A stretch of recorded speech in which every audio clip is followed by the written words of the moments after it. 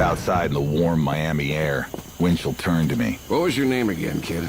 It's still Heller. Nathan S. Heller. Aren't you gonna spell it? Look, I don't want to be in your story. Good, because you're not. You're Chicago, right? Born and bred. What do you make of that, in that cell back there? You're New York. What do you make of it? It's horseshit. I think that little bastard hit Cermak. I think he thinks he's dying from that stomach of his, and the mobsters probably promised to support his family back in Italy in return for him taking Tony out, and for his silence. What do you think? I think you're right on the money. But if you print it, nobody will believe a word. What's the guy to do? Bullshit they'll believe. Take it from me. Facts only bore 'em. Hey, let's get media. Nope, let's get physical media. Okay, that's a funny name. Okay, I'm Breck. I directed The Crazies, and I'm really excited that we're coming to physical media with a new HDR transfer this spring. Check it out. All right. Hey, let's get physical media. I'm so glad there are fans of actually buying DVDs out there. I'm really excited that Crazies will be coming with a new HDR transfer to physical media, to 4K and HDR, ready to show you guys. So check it out. That was terrible. Hey, let's get physical media. So happy that there are fans of The Crazies out there and fans that are going to buy the physical disc. We're doing a new HDR transfer, which I'm thrilled to be putting out there, and I hope you guys will check it out.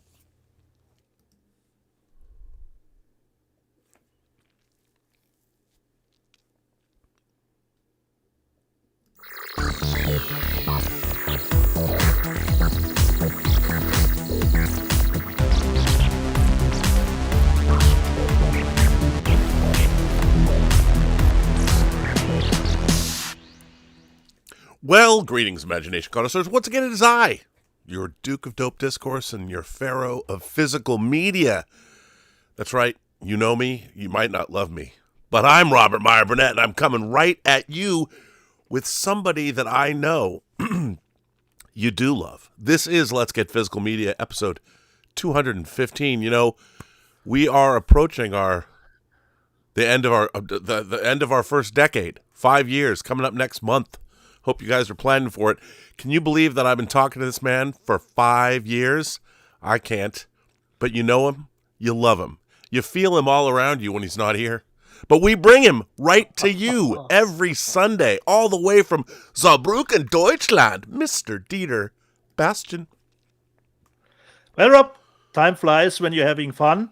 And I say, greetings, imagination connoisseurs. Dieter here. I'm Rocky like Erkin, and welcome to the B&B Motel, where even subjectivity has its limits, but we will allow it today, this evening. And Rob, let's not waste anyone's time. I hear there are some Swifties going to the multiplex. More than the new Dwayne Johnson movie. Yes, that is true. Apparently, Taylor Swift has written a song about Travis Kelce's penis on her new album, which, I mean, that would bring me to the theater. I don't know. It is true. Let's start with Nancy Tartaglione and the international box office, where Paul Thomas Anderson's One Battle After Another has topped $100 million worldwide. Okay. So it had a fantastic hold in the sophomore session, dropping by only 22% at the international box office. Because you people from Europe and around the world and Asia, you know when a movie's good, you know when it's interesting, you know when it's true cinema. I still haven't seen it. But Paul Thomas Anderson, unfortunately, Rob, I haven't seen it. It made $21.7 million in 77 overseas markets, with 58.9 million, and it passed the century mark to reach 101.7 million through Sunday. So you go, Paul Thomas Anderson.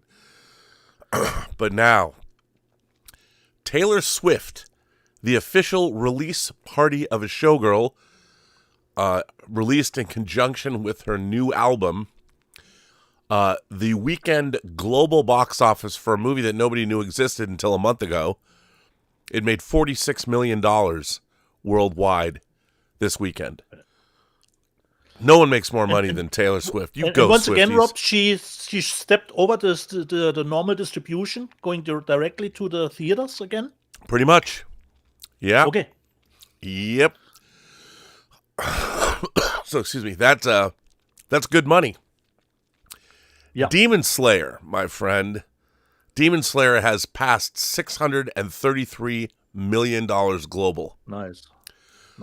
which is I think amazing. it will open in China. I think this will be the last the Probably.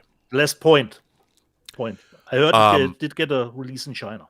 And then this is phenomenal. You went over the box office before it opened. The Conjuring Last Rites. Its global cum is $458.2 million. Unbelievable. Insane for a movie that Very, costs $55 million.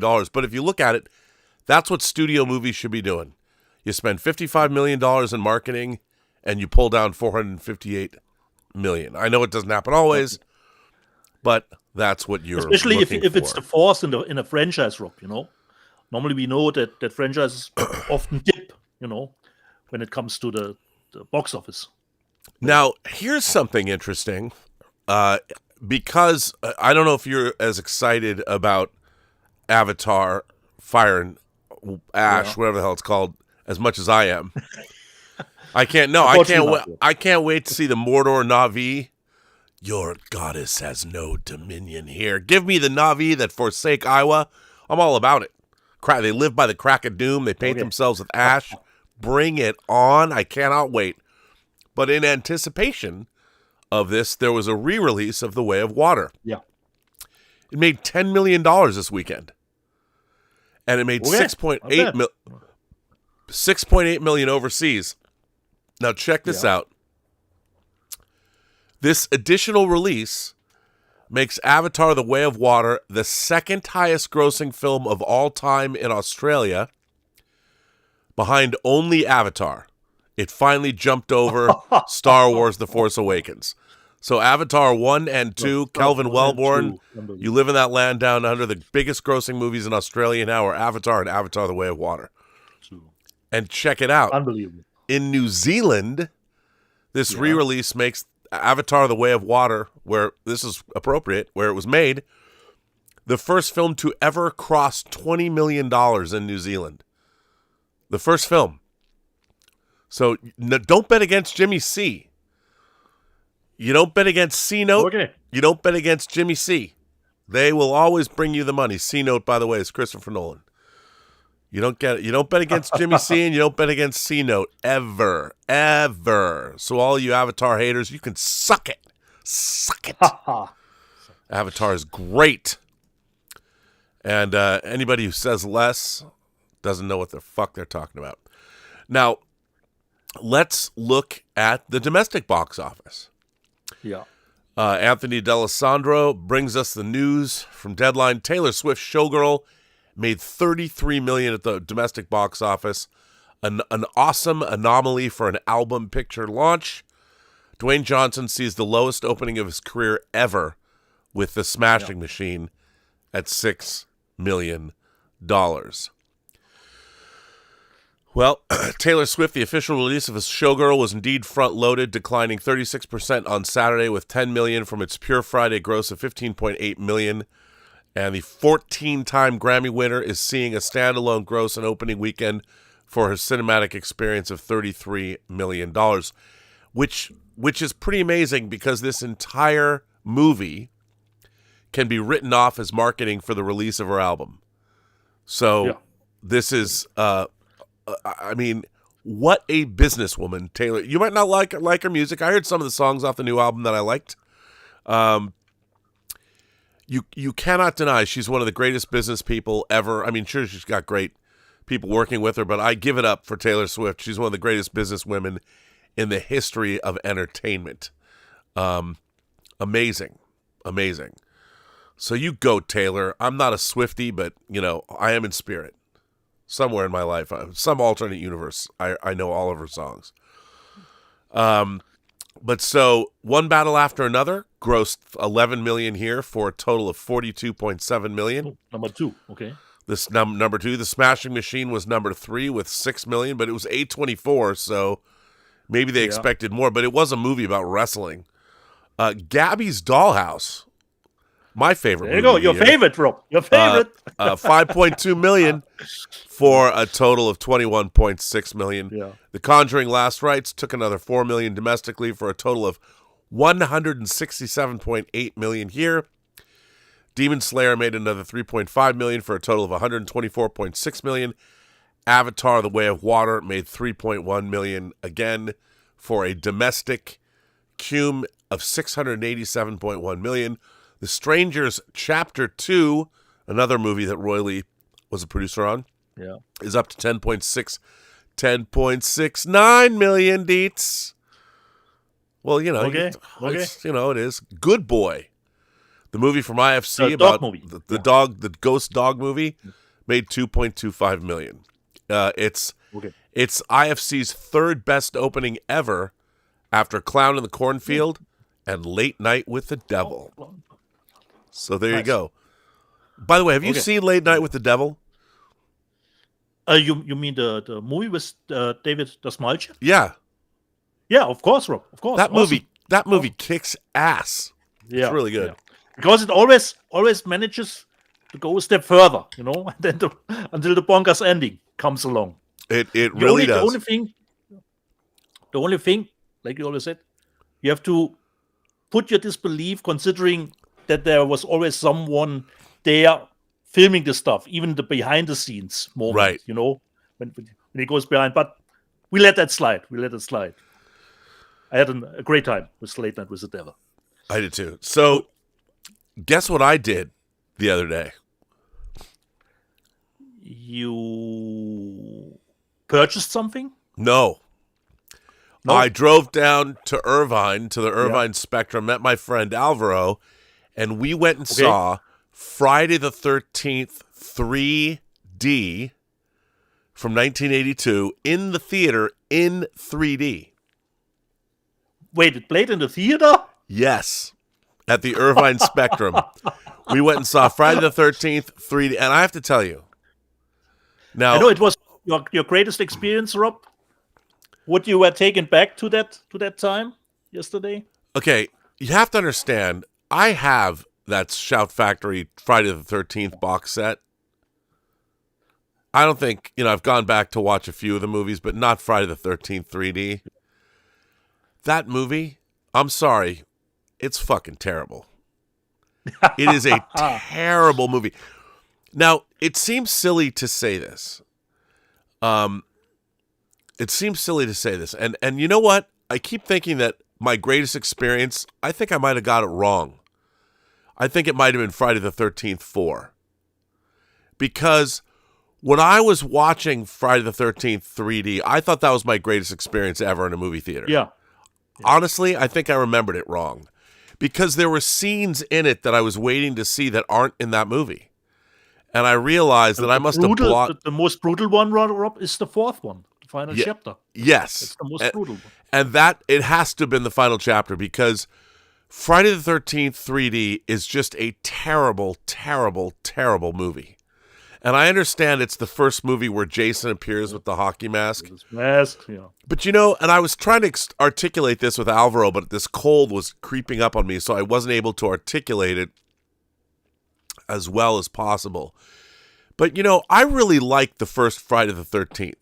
I think it's a legitimate great slasher of the 80s. I think it's... With a nice twist at the end. It is a good twist, but what I thought was really interesting in that movie is I believed all of those characters. It was the way it was shot. There was verisimilitude. This is so weird to say about this movie. Yes, but there was verisimilitude in the first Friday the 13th. I believed it. I believe those actors. I believe the milieu.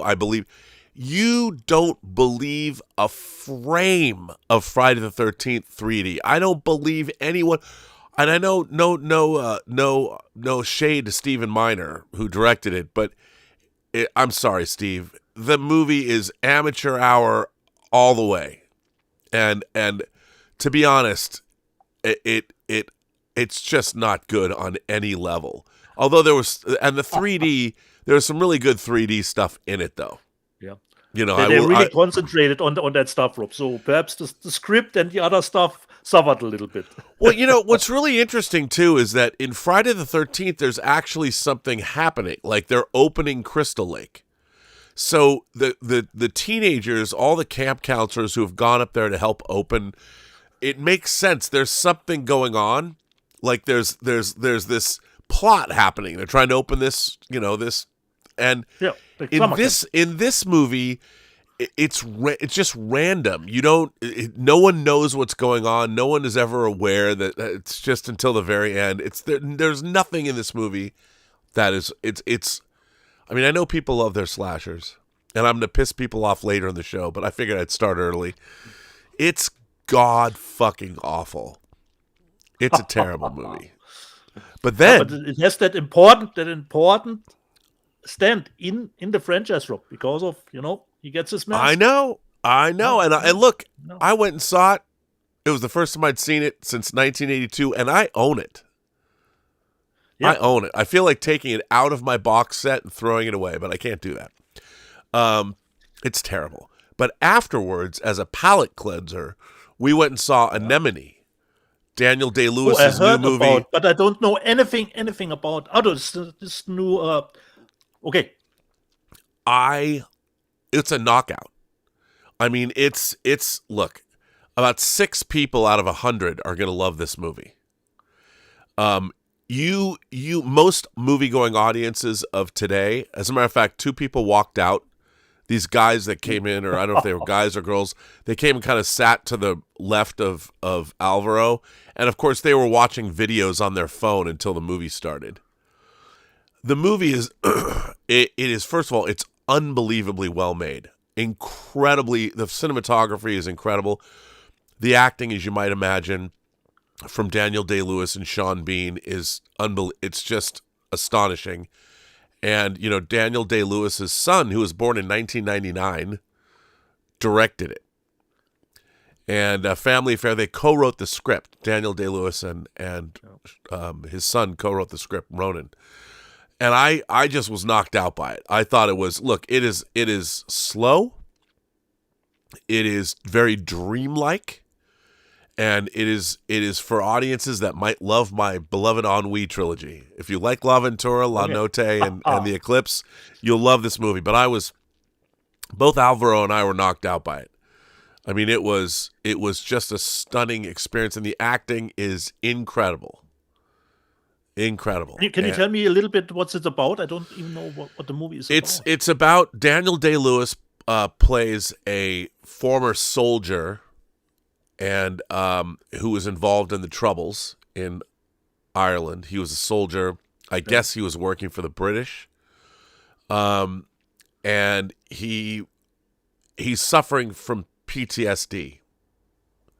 And you don't really know why. And he's gone off, and he's living in this cabin in the deepest, darkest woods where nobody knows where he is. And he's been there for 20 years, living on his own. He left his wife. He left his son. And they don't really understand why he left.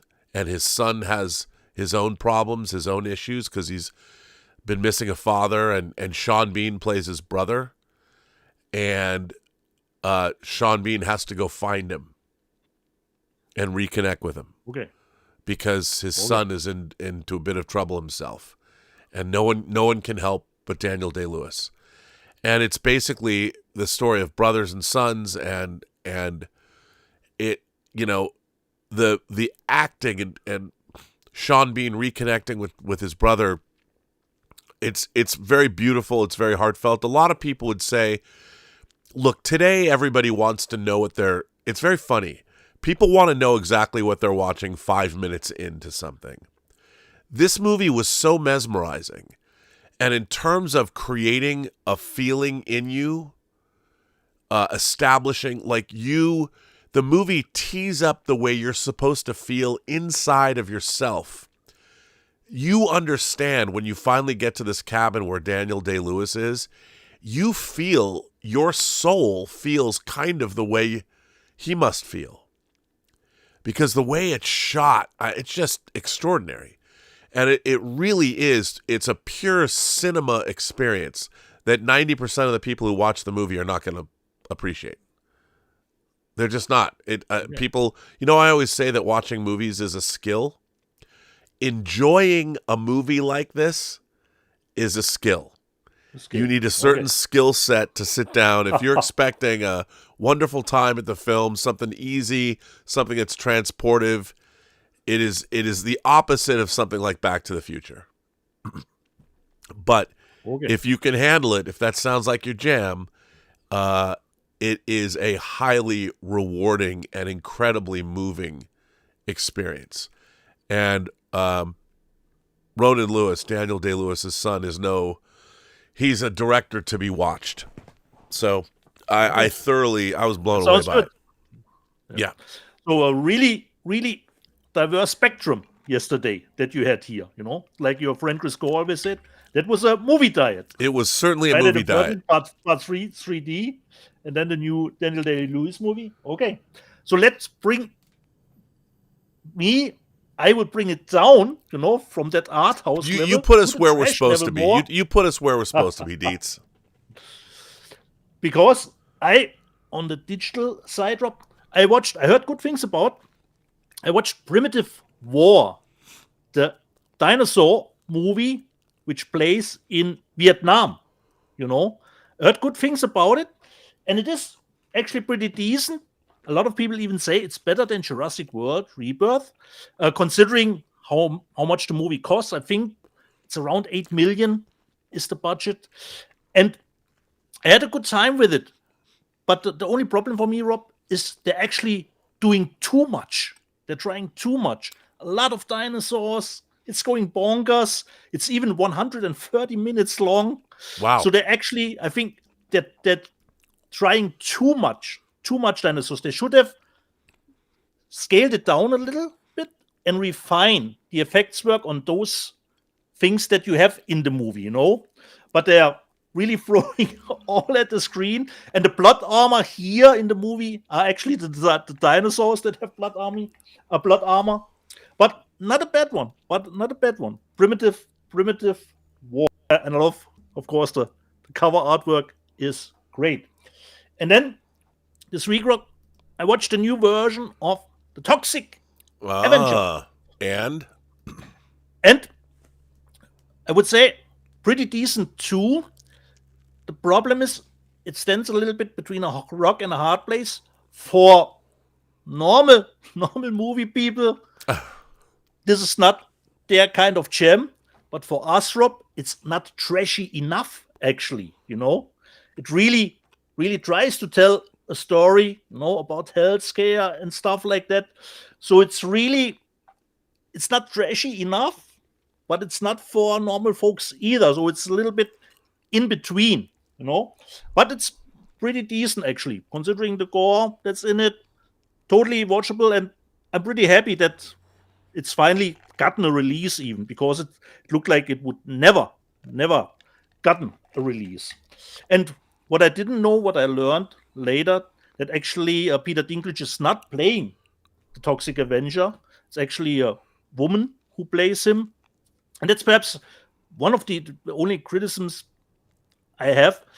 If you are not letting Peter Dinklage play the Toxic Avenger, I think the transformation should have turned him into, a bigger human being or a bigger monster than he actually is in the movie. But it's actually pretty decent. The only thing I would have loved that I would have gotten more laughs out of it, because the best joke for me, Rob, was actually at the end credits, when it says you will get a sequel if the movie hits $1 billion at the box office.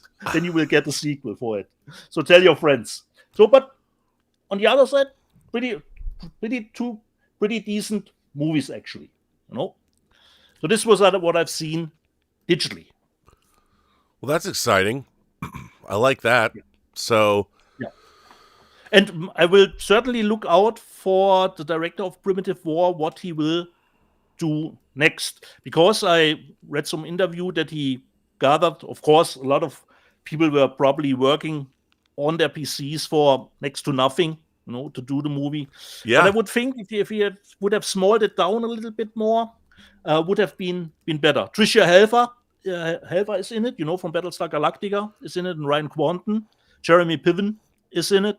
So you have some recognizable games, and it plays in the Vietnam War. So, What's not to love? What's not to love? Vietnam War combined with dinosaurs. You have a collider that goes apeshit. What's not to love? Correct. What's not to love? Yeah. Well, should we just jump into physical media? Yeah. I know you're pressed for time. Yeah. Or perhaps do we have a super chat, Rob? Did we do that? We have one. We jump in. We have one from Swift 71 or 718. Happy Sunday, my friends. Salute to you guys for always crushing it. And salute to the Icons of Fright crew. You know what? I want to thank you for that. I'm really proud of the guys at Icons of Fright. Remember, that book is out. Yeah. And the Icons of Fright podcast, the fourth one will drop this coming week. I think it's really interesting and a lot of fun. I'm happy to do it. By the way, I have some news. About, so thanks for that, Swift. Now I'm going to play a trailer you've seen a million times, but I have news about this that I want to share with everybody.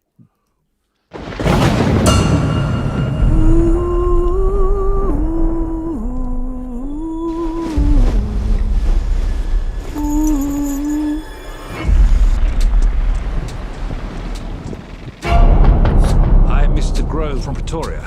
Is everything all right? People talk, say things. Hello? Why didn't you tell me it was out of order? I suppose you think that's funny. I'm not allowed out the front door. Who says you weren't? Them. Who? Them. It was terrible out there. I could hear breathing. We told you. Are you worried about the man? They hate us. That's the truth. They want to kill and torture every one of us. You can see it in their eyes. Come now, Frederick. Do you dream about unholy things? I really don't like what's going on here. There's something wrong, and that's a fact. Wait. What did you dream last night? This manifestation of evil. You must be delivered from evil.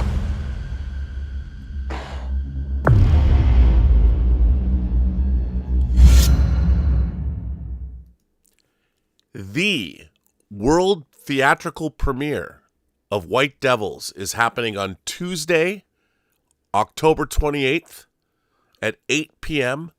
at the 700-seat, the giant Gardena Cinemas here in Los Angeles. Anybody who wants to go can buy tickets. There'll be a Q&A. I'll be there. Director Gabe Bologna will be there. Our stars will be there. Chella and Damon. And it's going to be the world premiere, and then we're going to have a worldwide internet premiere over Halloween weekend. Nice. White Devils, you'll be able to buy tickets and come on down. We want to make an event. So if you're an imagination connoisseur that lives in the greater Southern California area, come on up and check out the theatrical world premiere of White Devils. And what's cool is about the Gardena Cinema, it's been a family-owned, it's an independent cinema. This weekend they had I think today too, they had a big Universal or classic Monsters marathon. So, excuse me, if you want to come on down, you can. So that's going to be really exciting that we're finally able to premiere this on the big screen. So that'll be October 28th. You'll see more about it. I'll have more to say. I don't know when the tickets are going to go on sale, but come on down, support independent cinema. Nice to know. So there you go. Okay. Who starts? Go ahead. You start. Okay.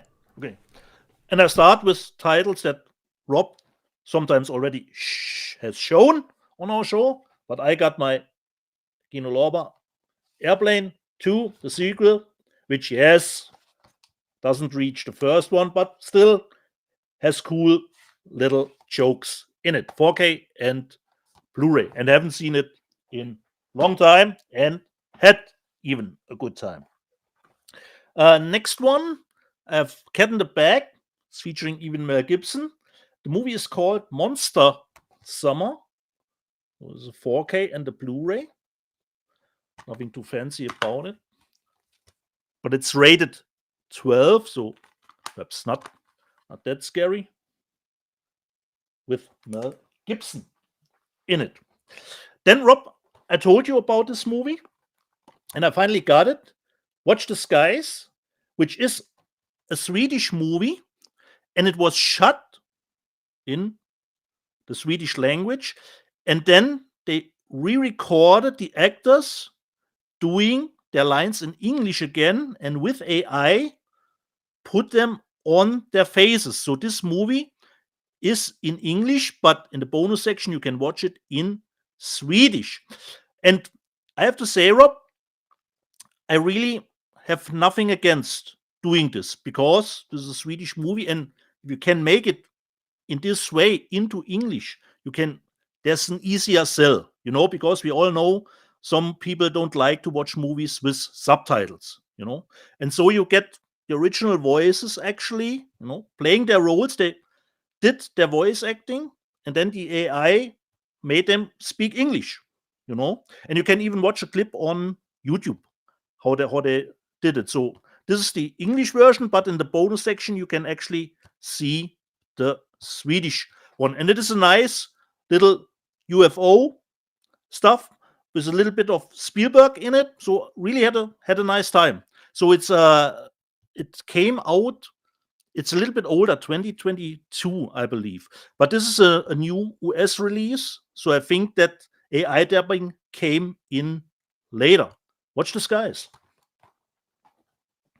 Next one, I heard good things about it, but I've not seen it yet.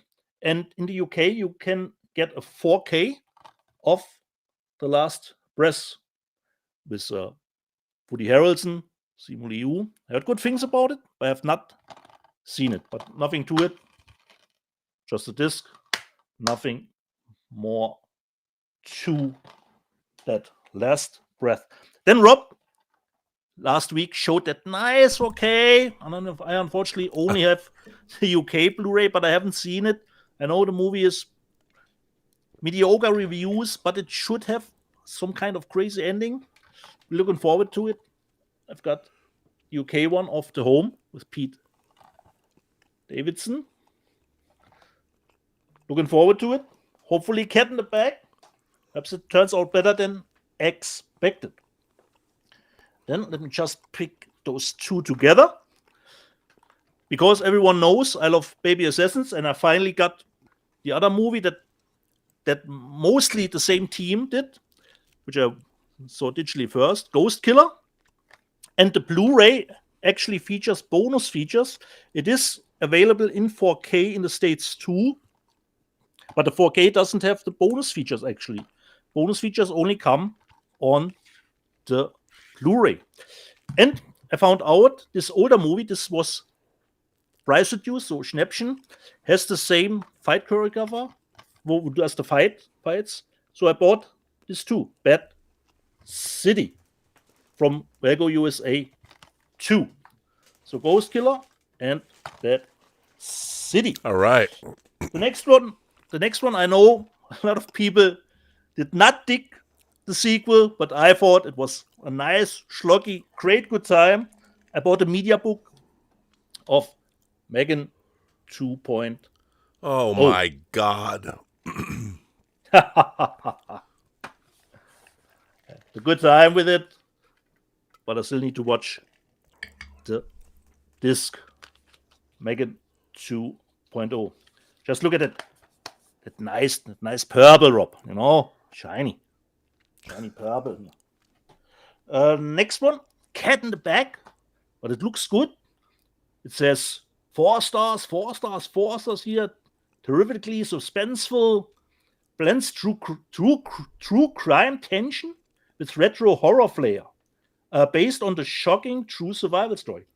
The movie is called The Men in the White Van. This is, of course, the UK one. Cat in the Bag. Totally, let me just see. Is there anyone? Ellie Larder is in it, okay, and Sean Astin, okay. What? Okay, let me ask you. What Van. made you decide to buy that?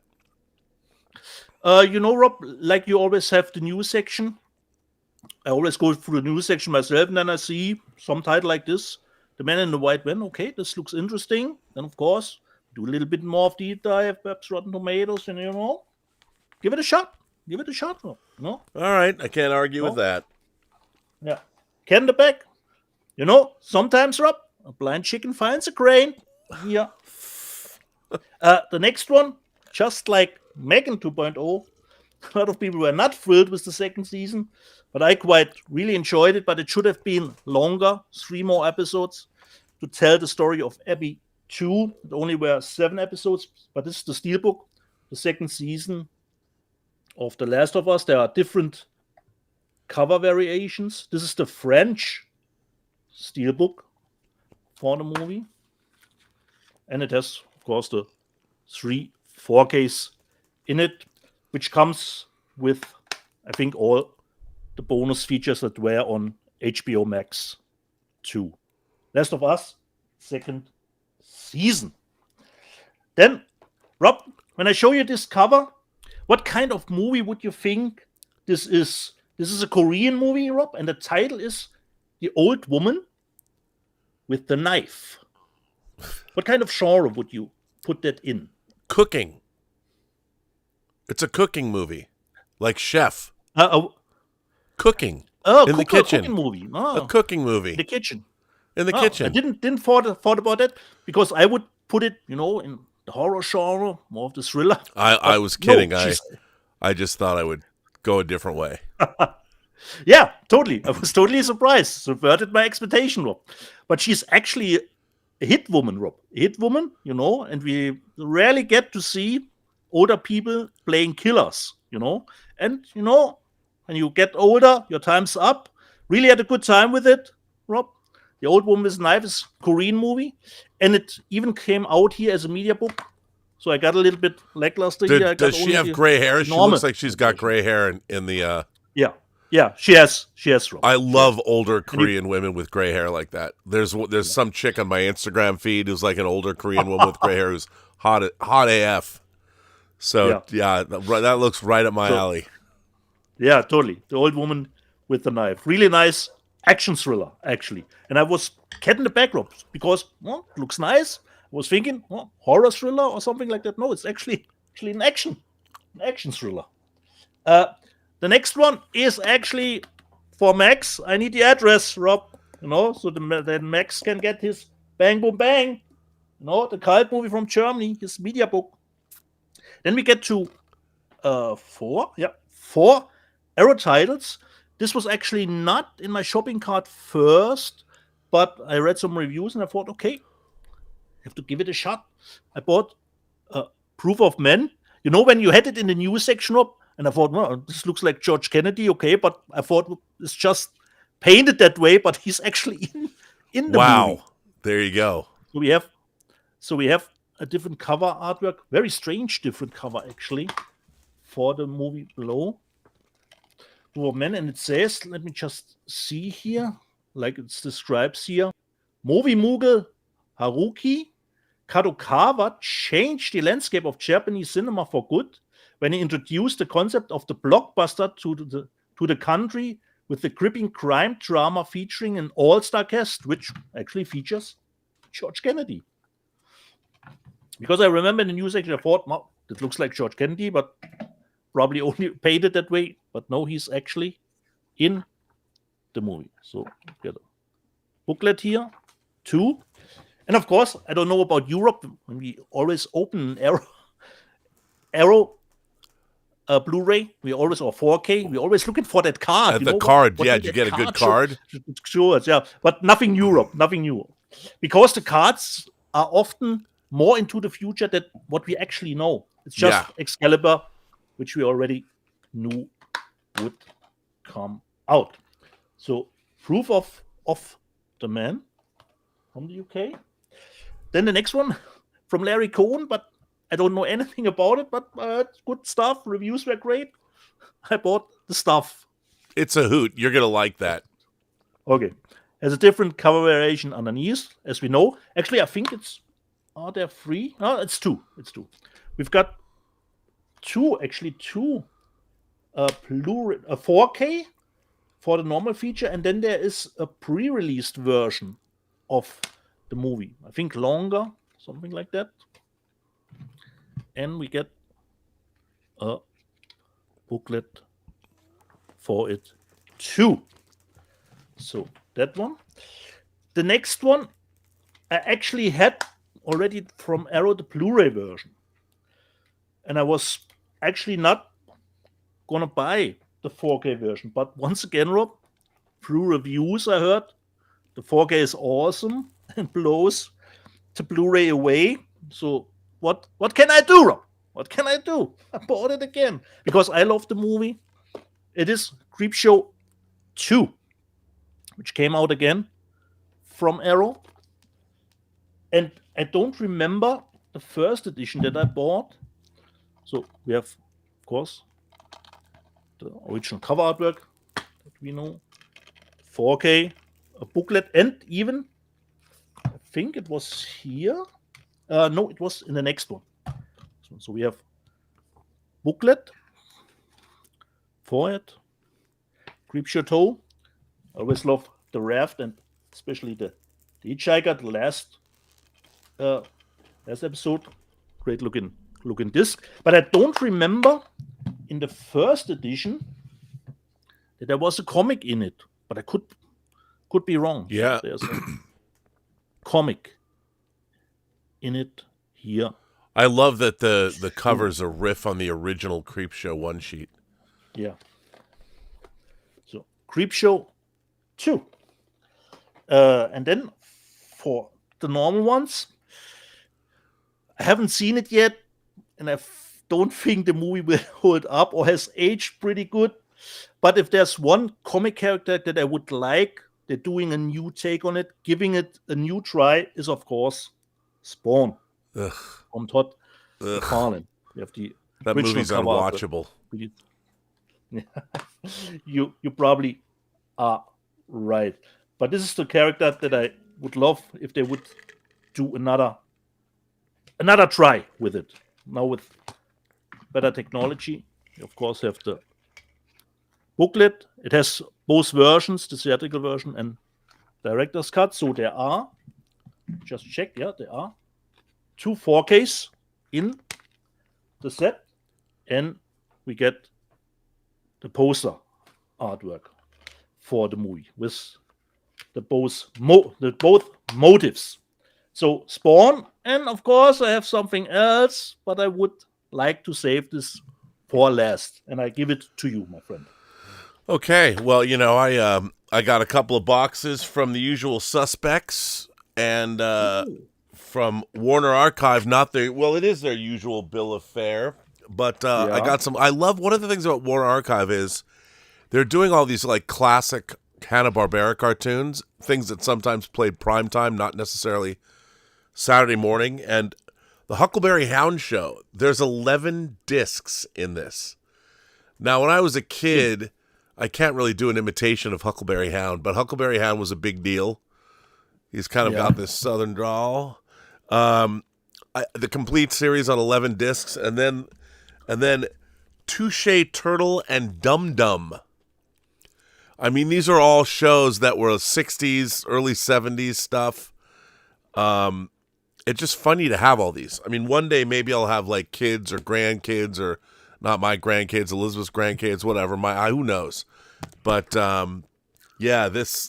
these showed up, which is kind of always kind of fun. I mean, Warner Archive has put out a really eclectic mix. Not eclectic because it's all like Hanna-Barbera, but people like Jerry Beck, the animation historian, probably must be overjoyed to get animation in this quality, because they've really done right by the animation. So that's another thing Warner Archive is known for. And then, of course, Kino Lorber box, a big Kino Lorber box showed up. Double-sized Kino Lorber box showed up. Ooh. And again, I really love Kino Lorber has been killing it putting out music documentaries. First, Hans Zimmer and Friends, A Diamond in the Desert. Now, you saw that I had the Hans Zimmer disc, the Dolby Atmos disc. Live in Prague. Yeah, but this is a documentary. It also includes Christopher Nolan, Billie Eilish, Denis Villeneuve, Phineas, Jerry Bruckheimer, Johnny Marr, Pharrell Williams, Tanya LaPointe, Timothy Chalamet, and Zendaya. So this is a documentary probably about how they mounted the tour, but it's also a live performance. So that's cool. And then the angel-headed hipster, here's a disc, the songs of Mark Bolan and T-Rex. So I can't get enough of these Kino Lorber documentaries. 4 stars, a lot of 4-star reviews, which is really cool. Then a British movie, a Michael Winterbottom movie called Shoshana, about a British operative falling in love with a Jewish woman in Tel Aviv in the 1930s. So, hey, for my you're the most loathed Zionist on X, that's me. I'm happy to get another film like this to watch that people can be mad about. I presented that movie in the news section, but I could be wrong, Shoshana. Yeah, it's an edge-of-your-seat thriller inspired by real events. A British police officer and a Jewish woman fall in love amidst political turmoil in the 1930s in Tel Aviv. With British control over Palestine precarious and the conflict inevitable, everyone is forced to choose a side. Nothing has changed. It's been almost 100 years. So that's cool to get. Those were DVDs. Then of course, I love Kino Lorber always puts stuff together. So we start with 2 French films, Alain Delon in Boomerang, a movie he co-wrote, believe it or not. And Jean-Paul Belmondo in Cop or Hood. These are both in the news section. But again, these came out together, 2 French films, probably because Studio Canal restored this, and this was a new 2K restoration. These have audio commentaries on them and theatrical trailers. And 76, this is from 79. This is from 76. Yeah, so I think this was the movie before he did the professional movies, Jean-Paul Belmondo. Yeah, probably. And then, of course, the Raro movies, where we go into Italian movies. Stelvio Massi's The 44 Specialist. And then we have Lamberto Bava, Mario Bava's son, Body Puzzle with Joanna Pacula. So these are, I don't know if these are sub labels of Kino. Yeah. But I love Raro. The Raro, this label is great. Whatever. They put out all these things I've never seen before. And then this one again, this is from 1970. This is another Studio Canal restoration, but this isn't on Wonder. There's sub-labels. This is from 1970, and again, Howard Berger, K&B's Howard Berger is doing some work on that. And then a movie called Death Packs a Suitcase. It's Kino Cult label 38, and it's Jess Franco. Cool painted cover. You know what? I should open this up. I should open this up and see if there's a reversible cover, because the European stuff looks like that title that could have one. Yes, that's why I'll maybe it doesn't, but with these Italian titles and this artwork. So we of course we lost one of the great Italian movie poster artists.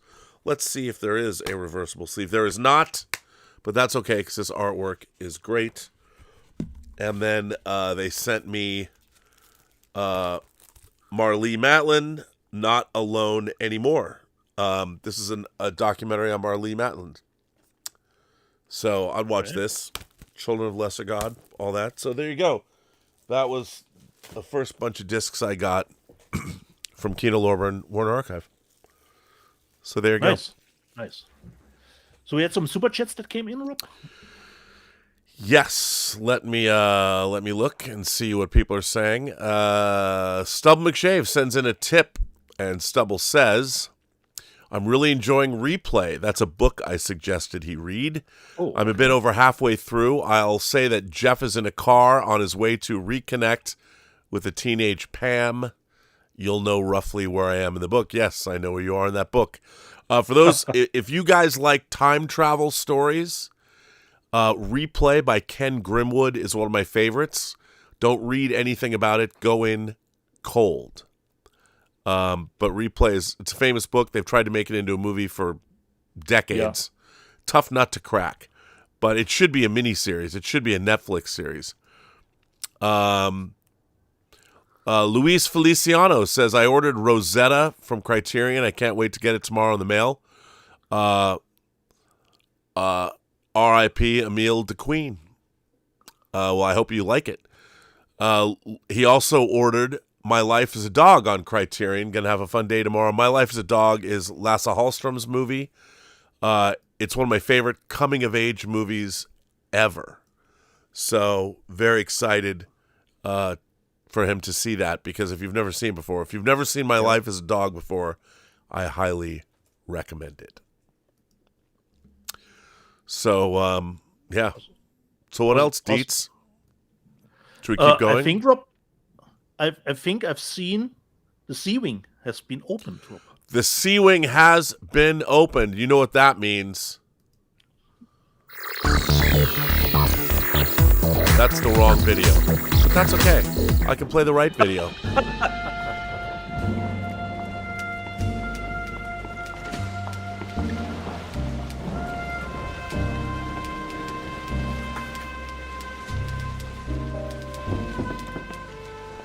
Mr. Max Allan Collins, how are you, sir? I'm just great. How are you guys? We are lovely. You got your Kino Lorber box too, didn't you? I did. Did you get a very special disc? Yes, but I haven't touched on that one yet. I will not ruin it. I will let you do that. With the reversible sleeve too. I haven't opened it yet. I'm trembling in anticipation. Yeah, it's a movie ripe for these times. It's for college students everywhere. That is correct. They're gonna love it. It's their final solution to finals week. That's all I can say. Well, excuse me. I'm actually doing, I would say everything this week is very noir oriented.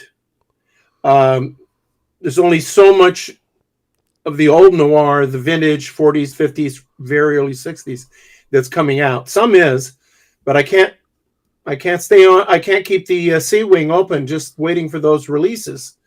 We'll be looking at probably that Jack Palance movie that Warner Archive brought out. I Died 1,000 Times. We'll be looking at that next week. You're looking at that next week. You mean this movie? That movie. And it is written by W.R. Burnett, who is, a favorite of mine. And we'll talk. So we've got that and a couple others. But this. No relation, by the way. We are going to France right now for the World Noir Volume 4. Now, this is obviously a banger of a box set from Radiance. It is fantastic. All three of these, sometimes they do a box set and say, well, this one's not so good. This one title is, but it's worth buying the whole box. Well, every title here is, as you like to say, a banger. That's what she said. Yes. And the first one is, now it's spelled Chnouf, but I think it's pronounced Shoof. And it is directed by Henri Ducoin, but it's significantly based on a novel by a guy named Auguste Le Breton, author of The Great Rafifi. Oh. And it stars the great Jean Gabin. And it's one of those movies that I can't talk about too much because I would spoil this. This is one that needs to be somewhat spoiler-free, but it's basically about a gangster played by Jean Gabin who's been over in the United States helping the mobs over there get their shit together, basically.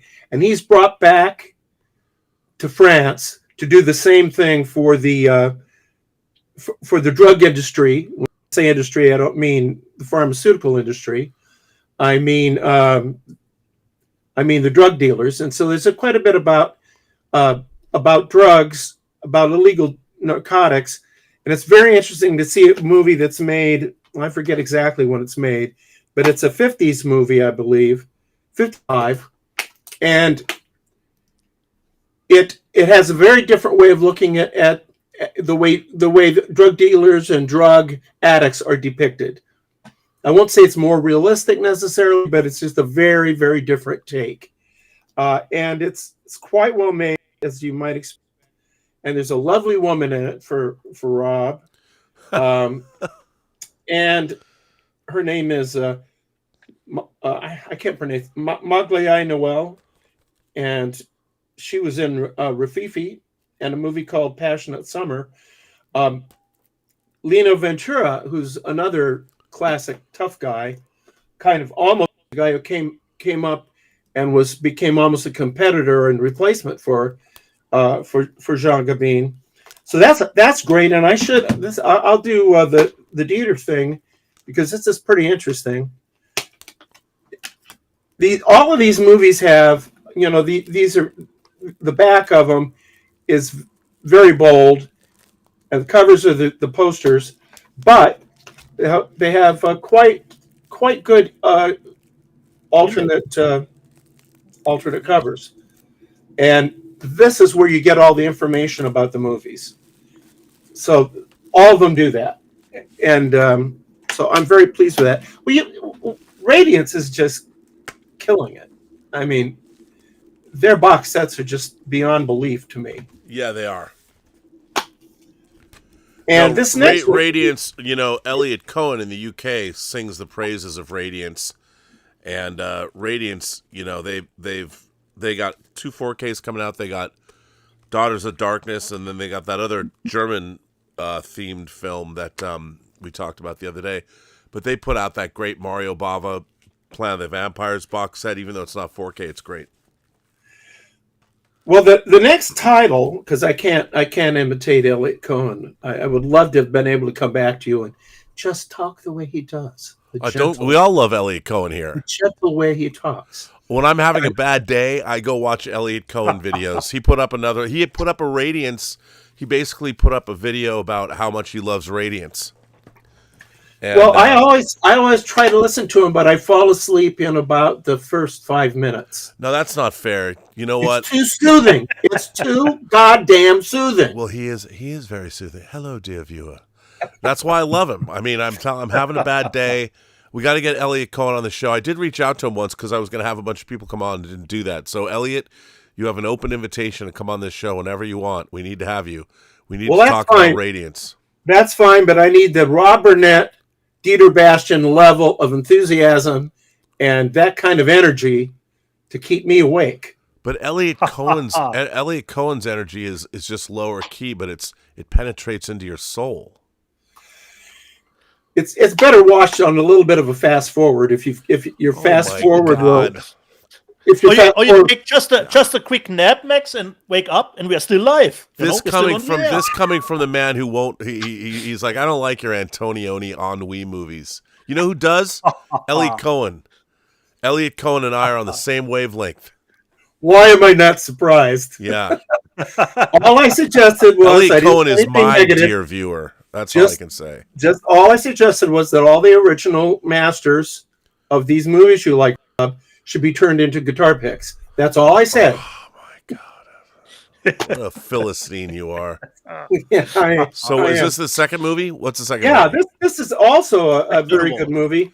It's directed by Eduardo Molinard. And what's really interesting about this, just odd about this director, is what he's famous for is doing the La Cage aux Folles movies. And this is a very, very much a noir. And I should say all of these are drenched in, all three of these movies are drenched in sort of expressionistic, German-influenced, incredible cinematography. And this one is kind of in the area of James M. Cain. Now, I know I throw some of these names around, and maybe not everybody knows in our audience who James M. Cain was. But his Postman Always Rings Twice was one of the first sort of dirty books that became huge bestsellers. And they tend, and of course, Double Indemnity is He's the source writer for Double Indemnity, and he really kind of created a certain kind of story that a lot of the paperbacks of the 50s, the original paperbacks, came from James M. Cain's approach, which is usually an older man and a young wife who has an affair with a young man. And the older man is usually rich or has a business or something like that. And this is a kind of a take on that. But what's really interesting is if you were to watch, say, The Postman Always Rings Twice, you have John Garfield and Lana Turner plotting to kill the genial husband who has no idea what the fuck is going on. Here, the point of view is from the husband's point of view and how he gets wise to it and plots a kind of a really cruel revenge that takes up most of the movie. So that's a really good twist on this very classic noir theme. And it too has alternate jacket. Can I come back or am I frozen? No, you're not frozen. I'm sorry. You're not frozen. Yeah, this is again, and they're black and white, which is fun for noirs. So you can turn it around and now we've got. But it's nice that they made the Americase transparent, that you can read it. Absolutely. You don't have to switch it. No, you can just use it to see the info, but you can go full court noir and put the black and white in. The last one, this may be my favorite. And, one of the things we've talked about a couple of times is, and I had this experience, Rob, with Another Battle. Am I getting the right title of that? One battle after another. That's a movie, and we can talk about that when it comes out on 4K. But I sat there for half an hour not liking that movie. And I came out of it loving that movie. Wow, that's interesting. So you never know with a movie shakes out. It's got to be. It's got to still engage your. It can't be something where you just say, "I'm going to not watch this" or "I'm going to walk out." So this movie does that thing you need to do in a narrative, which is provide information and raise questions simultaneously. And Paris Pickup stars Robert Hossein, who's kind of a major French cinema person, an actor, a director, a writer who I don't think is terribly well known over here. And he'd star in movies with Brigitte Bardot, which is, that must have been fun. So, I have to say also, I should mention that Behind the Wall was based on a novel by Frederick Dard, and so is this. And they couldn't really be more different. So I was very impressed with the writing. I'm not a big expert in this stuff. I did look him up, and this director, Marcel Bluwall, is very prolific. And some of these guys are working in TV, and so. Okay, you're talking about? Are you going to Paris? Yeah. And this is really a fantastic movie, because Rob, it shows you how wrong a pickup can go. Okay, and it can go wrong in lots of ways. But this is the first time I've seen one go this way, and it's got that very Parisian atmosphere. It's taking place right before Christmas, and it's a little bit of a Christmas movie.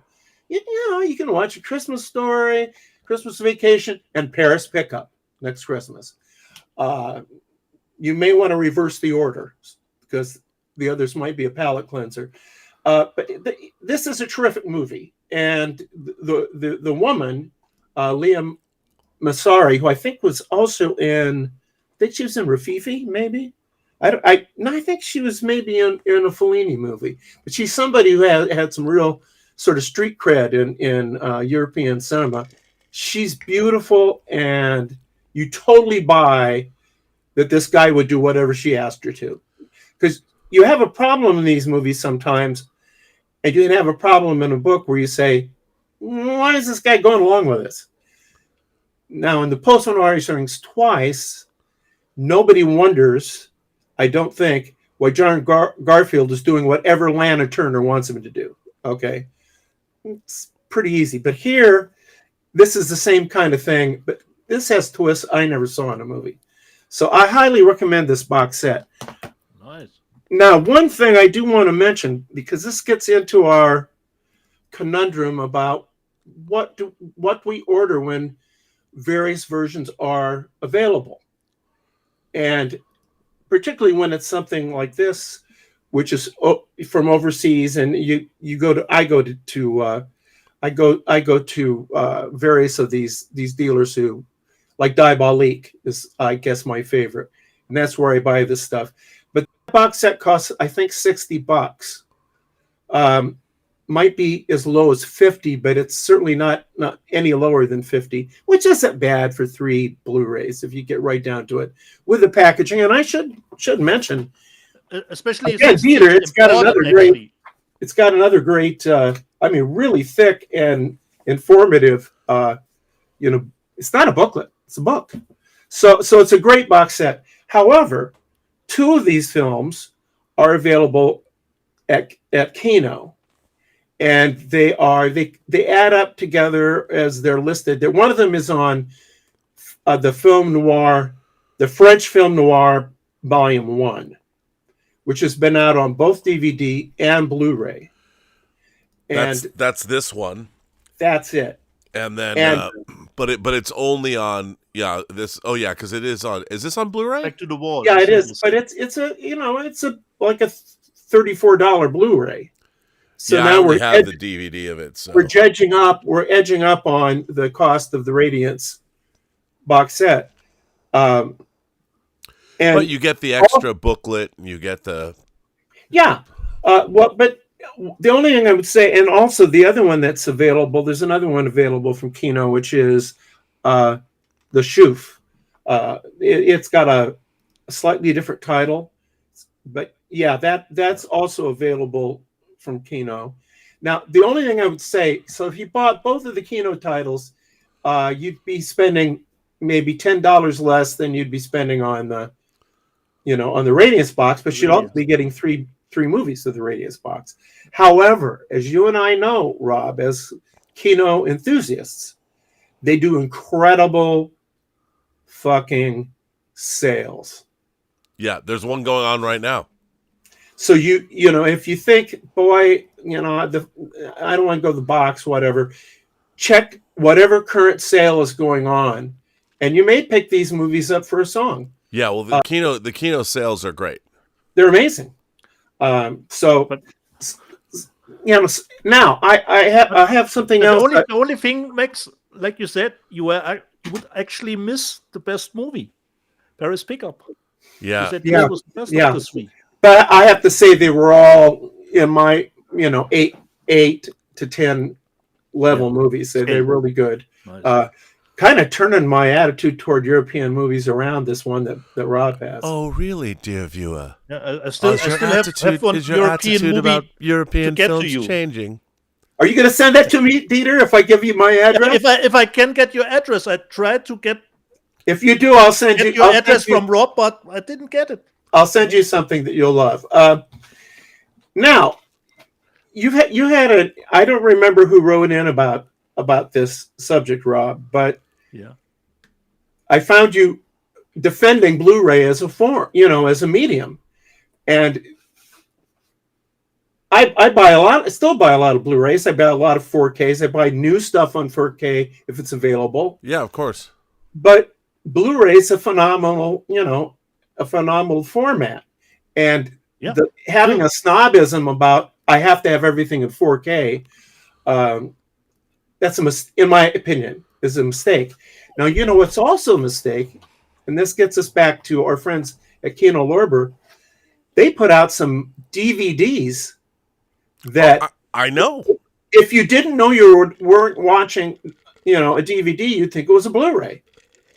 Well, your equipment probably. I mean, there's some really good upscaling going on with my equipment, so DVDs look quite nice. So I think we should be more. By we, I mean us cinephiles, we have to be more focused on what is the movie. Yeah, well, still, I mean, this is interesting. It depends how many came out, but normally DVD is bigger than this, but still, it's still the biggest format. Yes, and it's some of these things that I'm assuming, I'm not an expert on this, but I'm assuming Kino is putting DVDs out of some of these titles because they don't think the cost of doing a Blu-ray could be, met by the consumer demand for that title. That's my assumption. I mean, and remember, you have to pay a premium because you have to pay a licensing fee to even use the format. Yeah. So a Blu-ray, if you're going to make a Blu-ray, you have to pay a fee above and beyond. And then also, they just might not have masters. They might not have HD masters. So, they go back and they put out what they can. And I think your point's well taken. I mean, for me, having the movie at all is the important thing. Remember, the format's great, but it's the movie itself that matters. So I couldn't agree more. Now, I'm a big... This is going to seem like I'm changing the subject, but I'm kind of not. I'm a big fan of Nordic noir. It's kind of was a huge fad for a while, and now it's kind of died down in America anyway. It started with the girl with the dragon tattoo. Right, and then you have the bridge. The bridge is fantastic, and there's like 3 or 4 versions of that in different countries. The Killing, which was done very well, both in its homeland and on American TV.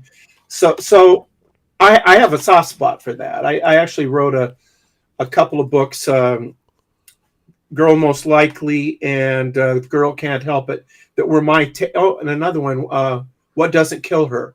These are all my kind of take.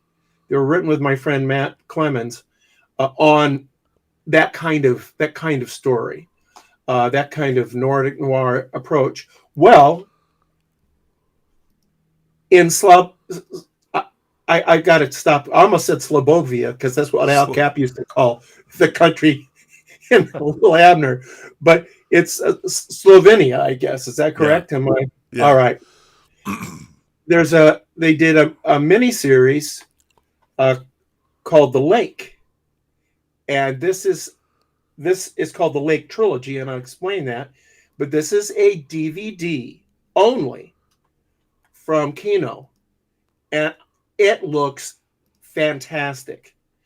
And in particular, the first of 3 stories on here, there's a 6-part miniseries, and then 2 3-part miniseries, all about this police procedural, a group of detectives, and with and you can tell from the cover that the guy is one of those brooding detectives, but he's it's fine. He's very good, and he loosens up as things go on. There's some sex in this too. There's some nudity, like they do in the grown-up countries. Yeah, or the countries they still like to have sex. Yeah, well, yes, you're not allowed to do that. But each one of these is based on a novel and a series of crime novels.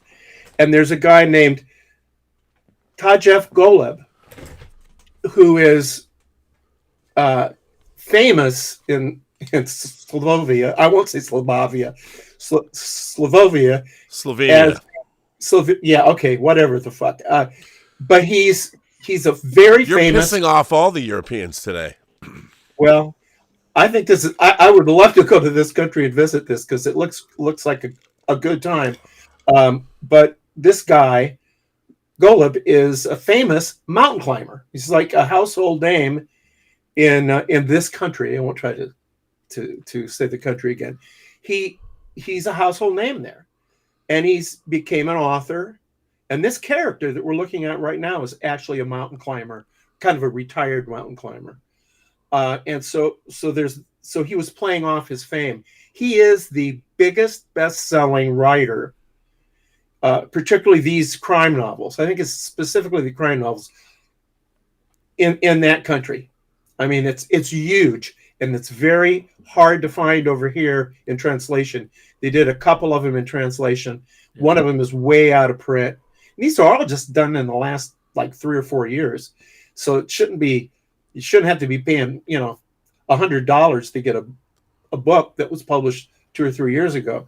The second one, which is called Lennon Park, is you can get that, and I've ordered it because I really want to check out the source. But the first one is called The Lake, the second one is called Lennon Park, and the third one is called Valley of Flowers. Now, it has, in common with the Nordic noirs, there's a certain political aspect to it, but it's not offensive, it's not it's not didactic, but the mysteries tend to be interwoven with something political. For example, in Lennon Park, somebody is murdering. An old lady gets shot, a bag lady gets shot, and then a gay activist gets shot, and at both of them there are Nazi symbols left. So something's going on there, and is it really somebody who's a Nazi sympathizer, or is somebody using that to hide the real reasons for the murders? These are good mysteries, and they look great. Two guys, directed all three of them, and I highly recommend this. And The Lake in particular, because it's done in the winter around, surprisingly, a lake. It's scenically gorgeous. It just looks incredible. Now the other two are set in the bigger city than the first one is. It's the same characters, but they're kind of drawn into this rural mystery, and we see them in their natural habitat in the other two. They're terrific. I mean, there's 12 episodes here, and my wife and I watched all of them and they're hour episodes. We watched them in 2 days. Wow, a nice binge. So so please, people, if you like that kind of thing, DVD's just fine in this case. I remember Rob had a title in the news section, and we both didn't know what it actually was. No. Well, I will admit that the cover doesn't quite do it justice. I mean, it once you've seen it, you kind of like the cover. That isn't how a cover is supposed to work. It's supposed to, you want to buy the book or buy the DVD, but it's the thing. The cover is great. It's really good, and that's my stuff for this week. That's my So there's something fishy. There's something fishy in Slovenia. Good to know. In Slovenia. So I'm basically done, unless you kind of like to know what's going on at the Sea Wing. Well, hang on. Let me check, because people always might ask you questions. The super chits. Let me just see. Are they asking, could I swear less, for example? No, but no, they're not. Did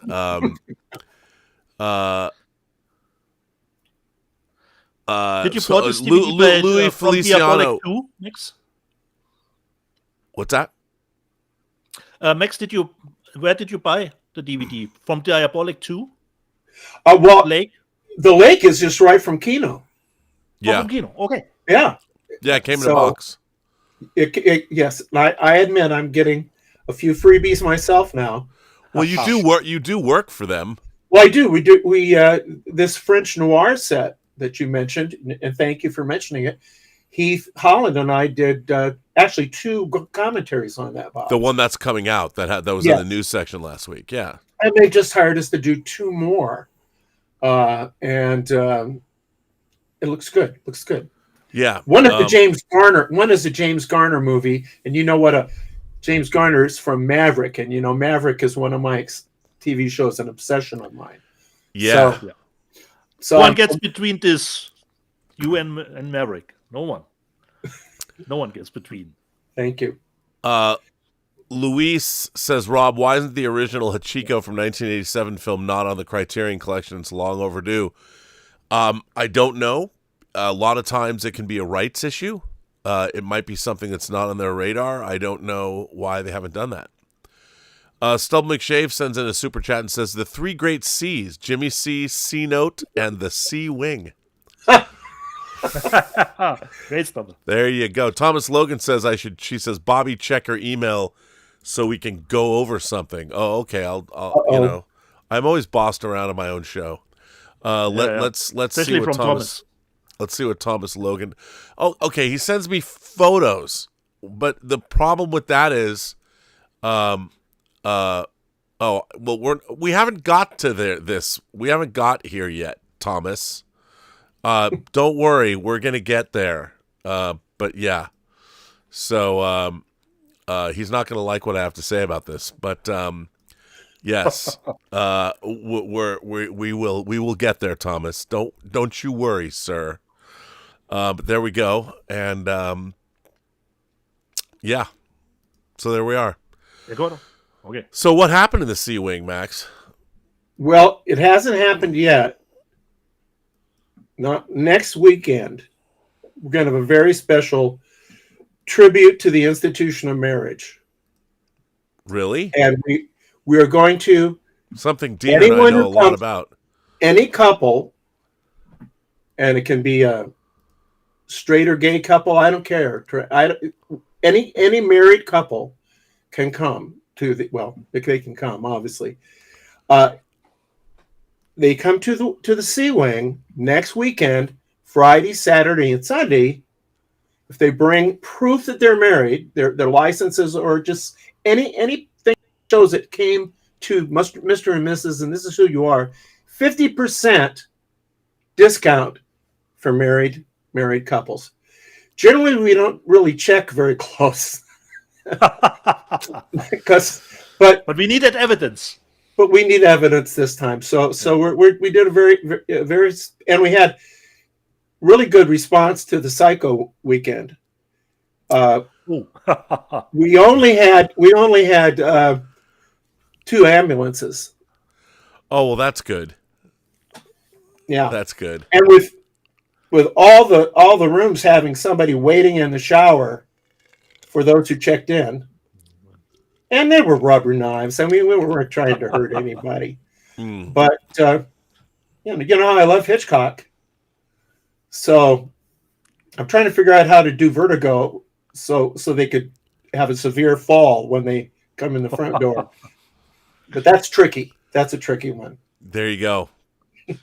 Well, Max, I'll make sure that anybody who's a married couple, straight, gay, a throuple, whatever. Together. They have to come together. I get that.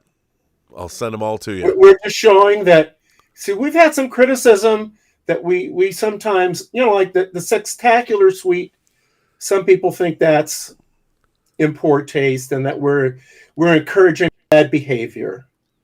So I want to show that we are totally in favor of the institution of marriage. Yes, and you yourself live what you live what you preach. That's right.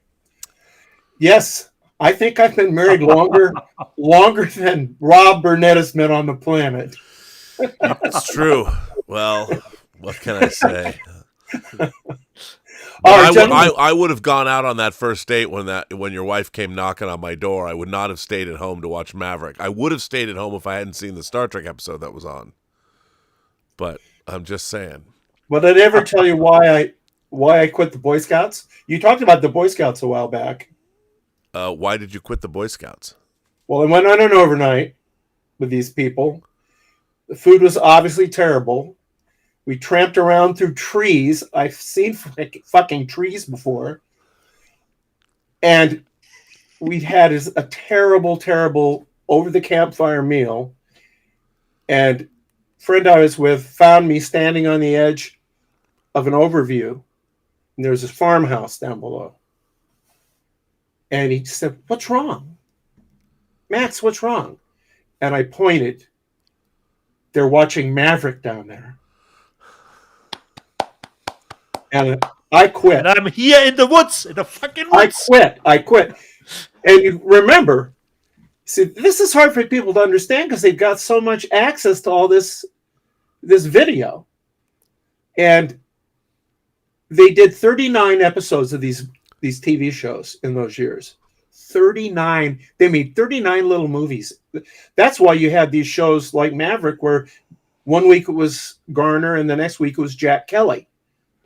And so and remember the old, I don't know, you're too young to maybe remember 77 Sunset Strip. And no, I saw a little bit of that. I like that. I saw it in syndication when I was a kid. Yeah, well, they'd have two detectives and they trade off, Yeah.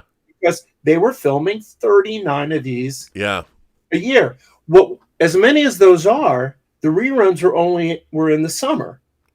So only, 16 of the shows got rerun. And the rest of them, you didn't know, and syndication wasn't quite as big then. You didn't know whether you'd ever get a chance to see these shows or not. Right. So when somebody wanted to take you, even if it's a blonde and a brunette, want to take you away from that TV set, you've got to have your priorities. Goddamn right. Peter, are you with me on this? Yes. Certainly yes. Certainly yes. Well, Max, on that note, now that we know your priorities and we know how you feel about Elliot Cohen, and we know how you feel about my foreign films that you want to turn into guitar picks. Oh, I'm kidding. I have the Fellini box set. I mean, come on. Well, that's good. That's good. That's a start. It's a start. But I got seduced into going to Blowout because I heard there was full frontal nudity in it. Blowout's the De Palma movie. You had to, that's the De Palma. But with Blow Up, you had to wade through a lot of boredom before you got to the. Oh my God! On that note, everybody, that was the great Max Allan Collins. Can I come back anyway? You can come back anyway. Dieter's going to send you Bing Bang Boom, and we'll take care of that. All right, everybody. Max Allan Collins will be back next week with more mirth and mayhem in the C Wing.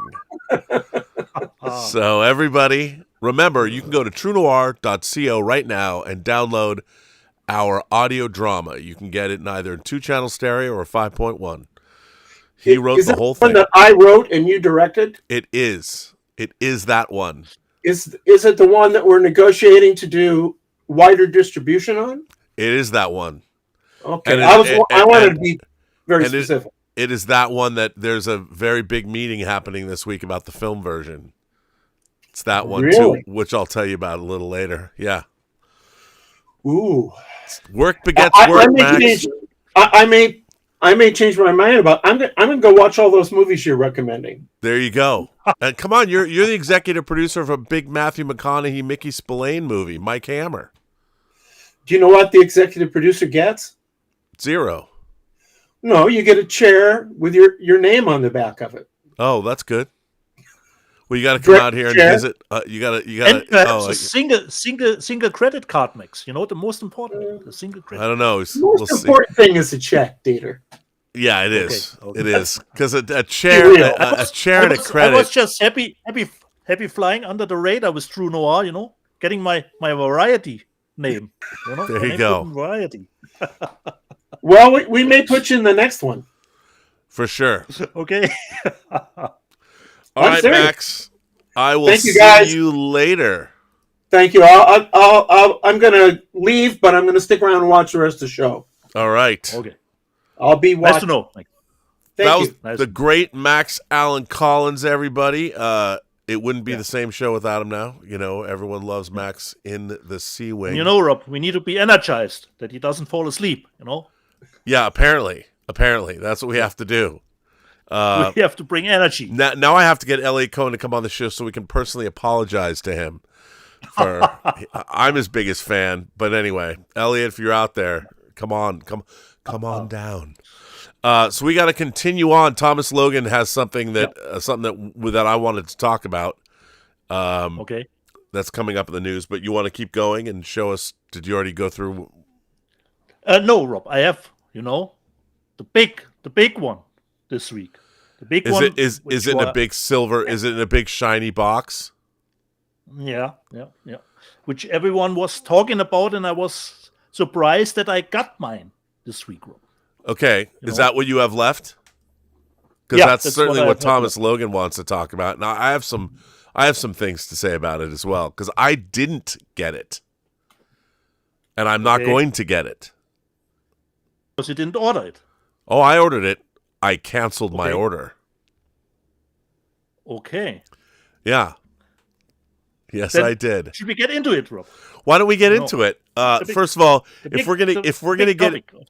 if we're gonna get into it, I would like to let me just load up what Thomas Logan sent us. Yeah. Because it would only be fair. It wouldn't be. I mean, it makes more sense to do this. Hang on, I've got to. When I have pictures, I have to download them to multiple drives, and then I have to load them up, and it's a process. Or download it when I go through the live chat, Rob. He's Although- probably one picture where he didn't even open it. He hasn't opened any. This is his picture. This is his shelf of photos that is unopened. Oh, and now I have to spin these pictures around. They're not even in the right. Okay. Hang on. Yeah, he doesn't. He's got a second set where he doesn't open anything, which is more insane certainly. than anything that we do. Yeah. Certainly. I think he just does this to also show off the rest of his collection, which I appreciate. Okay, so Dieter, why don't you talk about what it is you're going to show? Okay, the big one this week, which of course a lot of people pre-ordered but didn't get it, got delayed. But luckily, I got one. The big one for this year is, of course, the Nightmare on Elm Street box set. It's the German one, but identical to the international one. So let's check it out. And I've watched all the movies, not the first one, because the first one came out last year. So I already have seen that. But all the other ones from 2 to 7, I have seen. So I can even give you a little bit of personal ranking after I've seen. Well, why don't you do that? Okay, so we start Steelbook, of course, 1 with the original one, and the first one is still the best in the franchise, no doubt about it. Still at the top spot. And inside, since this is the European version, you get the Blu-rays too, but the Blu-rays are the old ones. So with 2 movies on 1 disc, so those are not new transfers in it. Oh, and here, of course, Rob, the certificate. I don't know if I can make the number visible.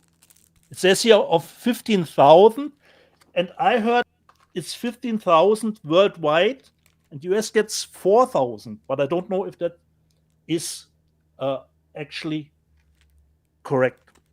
So we've got the first one.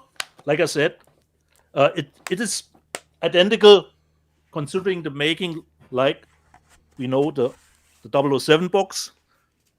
At first, when Thomas showed me his picture, I first thought he had some dents in it, but it's just the sweater with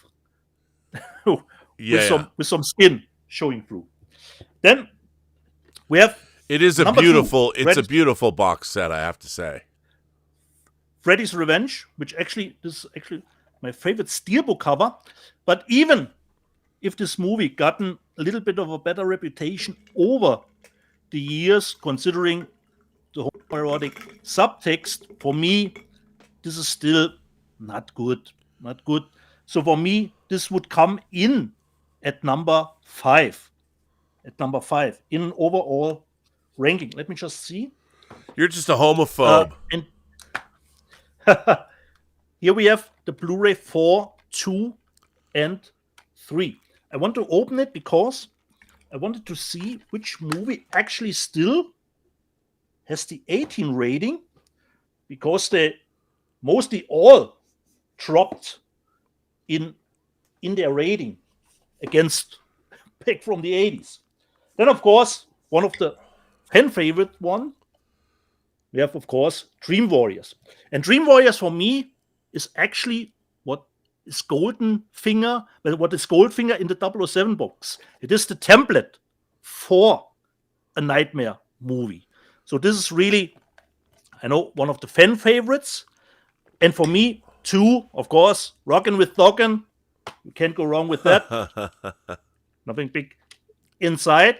And for me, Dream Warriors would come at number 3, actually. So I have one that I actually like more than even Dream Warriors. which, like I said, is the Goldfinger of the franchise. Then Rennie, the Rennie one, Dream Master, number 4, which was, number 4, the Rennie one is rated 18, I see. And I like the Rennie one. It has, I think, very good last half. So the ending is stronger than in other movies, but the first half is a little bit mediocre, but it's gotten a nice second half. So the Dream Master would come, let me just check, I don't have it here, would come in number 4. It is the 4th in the franchise, and in an overall ranking, it would actually be the 4th one. Then, for me, actually the heart of the box, finally, because I remember getting this tape back in the day in the unrated, and I always wanted to have the unrated version, but finally it is here, the Dream Child, number 5 in the franchise. And for me, Rob, I know you were on the set. I was on set. I helped clean up that set. The motorcycle stunt or the motorcycle transformation, which for me is one of the greatest kills. And for me, this is actually, personally, the second best of the franchise because it contains almost everything. It has a gothic vibe. It continues the lore with the 100 maniacs. You have the cool idea with Freddy coming in to Alice's dreams again through her child. It has great creativity considering the kills. I love the comic book stuff, which has that Aha kind of vibe. You know, the music video from Aha was pretty great in the day. And it has a great ending for me. It has, of course, some stop motion stuff, which hasn't aged too well, but it's always in service of telling the story of the Dream Child. There's a nice gothic feeling, the atmosphere, and then, of course, the motorcycle is one of the best kills in the franchise. So, Dream Child, I know some people have this very low, but for me, this is the second best in the franchise, the Dream Child. Then, of course, the weakest one, no doubt about it, is Freddy's Dead. Even a 3D part can save this one. It's actually a little pretty bizarre one, and the 3D part is, of course, only with the green and blue glasses, so not real 3D. So Freddy's Dead is the weakest, because I know a lot of people say Freddy is gotten too goofy over the time, but after seeing the movies again, I think only the 6th one did go over the top of being goofy. So Freddy's Dead is actually in the ranking number 7. Let me just pick up Dream Child again. Wanted to see the rating. Okay, Dream Child is 16. So only the Rennie Harlan one still got an 18 rating. Okay. And then I was really looking forward to seeing New Nightmare again. But I couldn't remember much about the movie. And if I can't remember much about a movie, it's not really a good sign. And I have to say, as bad 6 is, what I can't say about part 6, I didn't find it boring. But actually, New Nightmare, it's a little bit boring, I have to say. The concept, considering putting it on that metaverse, is great. The concept is great, but the execution, not really. It's all depending on her child, Dylan, and he's the one who's driving the plot forward, having to go to a clinic. It's a little bit of Wes Craven doing his Damien Omen stuff here in it. So for me, actually, New Nightmare didn't age very well. Second last in my ranking, unfortunately, New Nightmare. And we have only 2 kills in almost 2 hours. I don't know. I don't know. I know if you've seen it for the first time, probably great. But seeing it again, this has not much replay value for me. New Nightmare. Second last in my ranking. Rob, this is the box. Nightmare box. Well, I have to tell you. Nightmare box. So I maybe this is a sign of maturity. So I had one on order. Finally. I ordered it actually I put it on order a long time ago. Yeah. And then I got to think, like, you know, so I recently got existential crisis. Totally. First of all, here are Thomas Logan's pictures that he sent in his shelf. There it is sitting on his shelf, and this kind of speaks to this box is bigger than the Connery Bond box that's on the shelf above him. Yeah, because we have one more title. What? No, is it? Yeah, it is one more title, and then you can see it. I mean, it's a very impressive box set. It's really beautiful, especially with the original one-sheet artwork. Yeah. So, really cool stuff. But I was just thinking, when I saw that, I'm like, you know, it's such a large set, and I don't love all those movies. I love the first one, and I love the third one, and I was on the set of the fifth one, but they don't mean as much to me. And I was like, that box set was not cheap. You know, exactly. It was expensive, and I just was like, I just thought that the place these movies hold in my heart, somebody would want this box set more than me. You know, someone else. Understandable. So I just got the regular version. Totally fine, Rob. Totally fine. You know, I got the regular version because you will love, Rob, the picture quality of the Dream Child, especially. Because I was surprised, Rob, considering for me, actually, New Nightmare is actually looking the most soft of all the movies. Yeah, depending on what and look, to get these is great to have them. And I just didn't. I was like, you know what? I'd rather save that money for the Roger Moore bonds or something. And it's half. I think it's only half, Rob. Am I right? It's only half. I think that box set. Yeah, the normal box. It's only half price. Yeah, it was half. It was half the money. And I'm just like, I can't. Yeah. I'd rather, even though it's gorgeous. It's one of the most. It's one of the most beautiful steelbook sets I think that's ever come out. And I couldn't. You know. I couldn't do it. I couldn't. But you have the movies, Rob. The discs are the same, you know. Yeah. But it was just it came down to the fact that I was already thinking, Rob, you wouldn't buy it at all. So you have it, Rob. It's just not in the box set. No, I think it's important to have the films. I really love the films as a franchise, but I don't not connected to it to the point where I would rather buy a like the Superman steelbooks and the Bond steelbooks. And other Lord of the Rings, things that matter to me more. The Nightmare on Elm Street, and if it's truly limited edition, let somebody. So I canceled my order.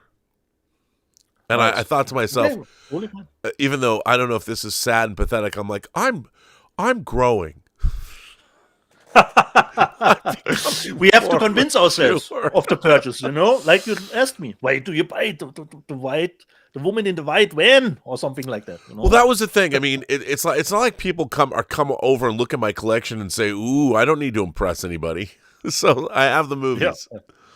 That's the most important thing, Rob. That's the most important. I do it have doesn't need to be always the big edition.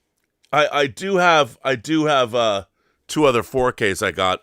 One, Kino Lorber sent me the Bone Collector, which I kind of like. Nice. You know, these serial killer movies. Yeah. And then I don't care what anyone says. I love this movie. Alexander revisited the final cut. Oh, nice. I got to keep catching up on the Oliver Stone Shout Factory releases. And this is, of course, the third version, which I actually really like. So I'm not...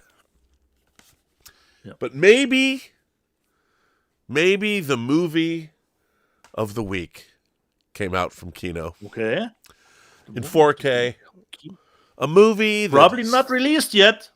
Family friendly. A movie that you can watch with your kids. A movie that celebrates life. Are you subverting my expectation again?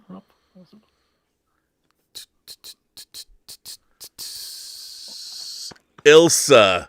She-Wolf. Can you show that, Rob? Can you show that on the show? Yes. It also has a reversible sleeve. Ooh, nice. This is the first of 4 Ilsa movies. By the way, she's not a she-wolf of the SS in all of them. Yeah. From 1974, notorious video nasty. This is Yeah. Spine number Do 37. I get in for trouble, Kino Rob, Cult. if I import it?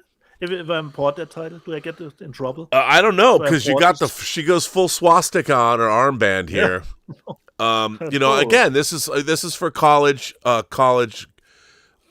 students everywhere. If you want to celebrate the Third Reich, which you clearly do, and the slaughtering of all kinds of people, and if you don't satisfy Diane Thorne in this movie, she'll cut your pecker off, and you'll get to see it. Easy peasy, yeah. This is one of the great notorious exploitation movies. I feel guilty that I own this, but this movie's a hoot. If you want to call it that. What does that say about me? I don't know. This is the second not exploitation movie. I ordered 88 Films SS Experiment Camp, perhaps even more notorious than this. Again, Kino sent it to me. I have owned all of these because movies I think, on Rob, Laserdisc. that the release date is end of October. Yeah. End of October. Official release. Yeah. So if you haven't seen Ilsa, She-Wolf of the SS, what's wrong with you? No, again, as an old middle-aged man with one foot in the grave, do I really need this in my collection? No. But after I pass away, someone's going to be like, well, he better have Ilsa in his collection. Oh, correct. Right next to a Serbian film. No, a Serbian film is a far worse exploitation movie than this. But, yeah, Ilsa, She-Wolf of the SS, Kino Cult, Spine number 37. Nice. Kino Cult is killing it. But, yeah, this movie, I mean, I've had them on Laserdisc. I've had them on VHS. They were hard to get on VHS back in the day. But, what is the point of having these movies that are very disgusting? I mean, what I find interesting about these, whether it's nunsploitation, notsploitation, all the exploitations, R&R movies from the 70s, no one would ever make these movies today. They go beyond. They just go beyond the pale. I mean, and look, they're cheesy. The blood is too red. The lighting is not great. But it's amazing that people actually made movies like this and blood-sucking freaks and it's a really interesting video nasty, Rob. The video nasties. It's amazing what people got up to in the 70s. So that was the last of what I got. Like I told you, Rob, just with the Friday movies, they were, I think, all 18 back in the day. Oh yeah, 18 and up. Now they are only the Rennie one is the one left who's gotten 18. Everyone else is 16 and up. Oh, you mean the Nightmare movies? Yeah, no, it's the Nightmare movies. Yeah, the kills I had forgotten. So when Friday the 13th came out, Friday the 13th has great kills. But because Tom Savini did the effects, and by the time Friday the 13th 2 came out, there was a big backlash against gore and explicit violence. Especially the Friday movies suffered. Yeah, and so the gore in Friday the 13th Part 2 is very truncated. Yeah. And then the same is true of Part 3. There's some good kills in Part 3, and the squeezing of the head so the eyeball pops out into the screen. I love the handstand. Actually, the handstand. That's probably the best kill. The handstand's probably the best kill. But they're surprisingly bloodless. Yeah. That was the thing that they objected to. And so it's interesting. It's a franchise that exists. I mean, the thing about Nightmare on Elm Street is the fantasy elements. It wasn't so much the kills as the whole fantasy scenarios. There was... Yeah. But the Friday the 13th films, I've got to go back. But Part 4 got back into the groove. Part 4 was brutal. Yeah.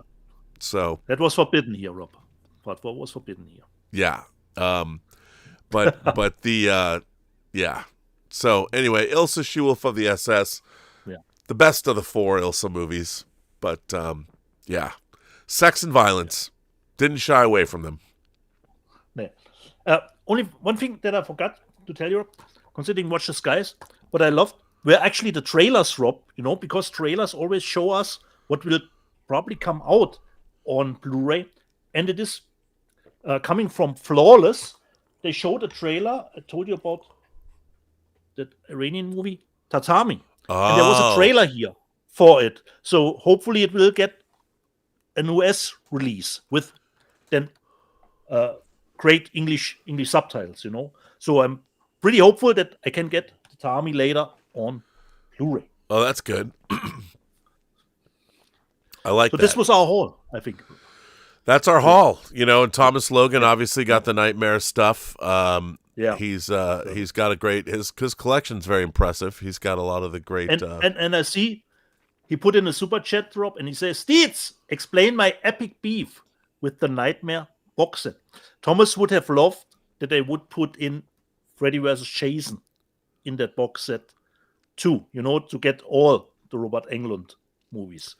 Because Freddy vs. Jason is the last we actually need, Rob, in okay, But it's New Line, perhaps Arrow will bring it at some point. Fingers crossed. Because Freddy vs. Jason was, considering the concept, an awesome movie. Oh yeah, no, I like Freddy, but I think there's a rights. The rights aren't the same. It's different. Is I think New Line anymore, Rob? No, I think it's New Line, but in terms of being able to put it in the box set, there was probably something with Paramount, because Jason obviously is Paramount. By the way, I should point out that, Friday the 13th, I said it before, but Friday the 13th 3D is the first time we see Jason in the hockey mask. And I'd forgotten that they played the ending of part 2 and they let not it. in 3D. Yeah. Not in 3D. Yeah. Yeah. No, I think it is in 3D. I think it is. Yeah, but not the ending from the second part, that opened. The third part. Yeah. Yeah. So, which were actually, Rob, I think this was almost, 10 minutes of the whole runtime, no? It was of the third one. They spend a long time, and it's just not repeating the last. It's so weird to say that, but I felt that Friday the 13th 3D just meandered around. It didn't really know. It was kind of funny. How can we put something, in front of people? Yeah. Yeah, it was very amusing. But on that end, we have some super chats left. If we have some super chats, hang on, let me close this door. Close this window. Let's see. Oh wait, no, okay. I thought I missed that. Thomas Logan, I got that one. 200 Watt Studio says Max telling his Boy Scout story reminds me of the Lost in Space episode with the toy maker, as Smith and Will look at the house celebrating Christmas. Major Chai Chai says good luck on the True Noir distribution and movie negotiations. We'll see. We'll see what happens. 200 Watt Studio says, does She-Wolf of the SS Blu-ray include swag, cards, reversible art, and an armband? Well, it does have reversible art. It does have reversible. I showed the reversible art. Yeah, it does. Was awesome. Yeah. So, with Adi on front of it. Yeah. But there's no armband, But Kino did it right. If this is what you want, and it's in 4K. Which is funny. What can you say, Rob? And Thomas Logan said, "Explain my epic beef with the Nightmare box." But yeah, I mean, I understand where that comes from. That's really interesting. Let's look into that. Freddy versus Jason. I want to see about the and I don't know if it was an audio commentary that I listened to or in bonus section, which I didn't even recognize. When New Line took over the Friday franchise, they could not use Friday the 13th as a title. They got the rights to the character, to Jason, but not the title Friday the 13th. So all New Line movies were Jason Goes to Hell, Jason X, Jason versus Freddy. So I never recognized that. Okay, do you know? Okay, here's why that is. Well, there was an ongoing court case with the original writer of Friday the 13th, Victor Miller, and Sean Cunningham, who directed Friday the 13th, and Victor Miller.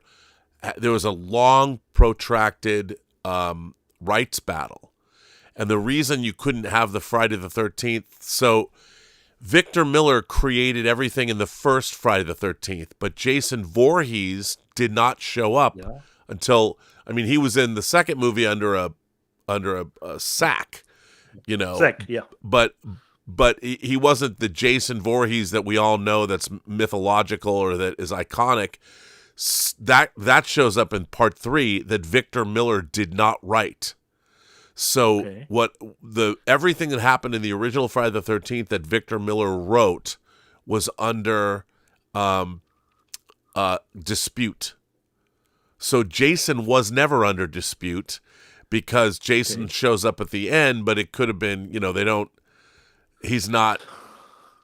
Yes, and Victor, the rights were squared away, so that's how come they can make the Crystal Lake series, and they can do something else. But Victor had to get paid, and we've talked about that before. I've talked about it on my show that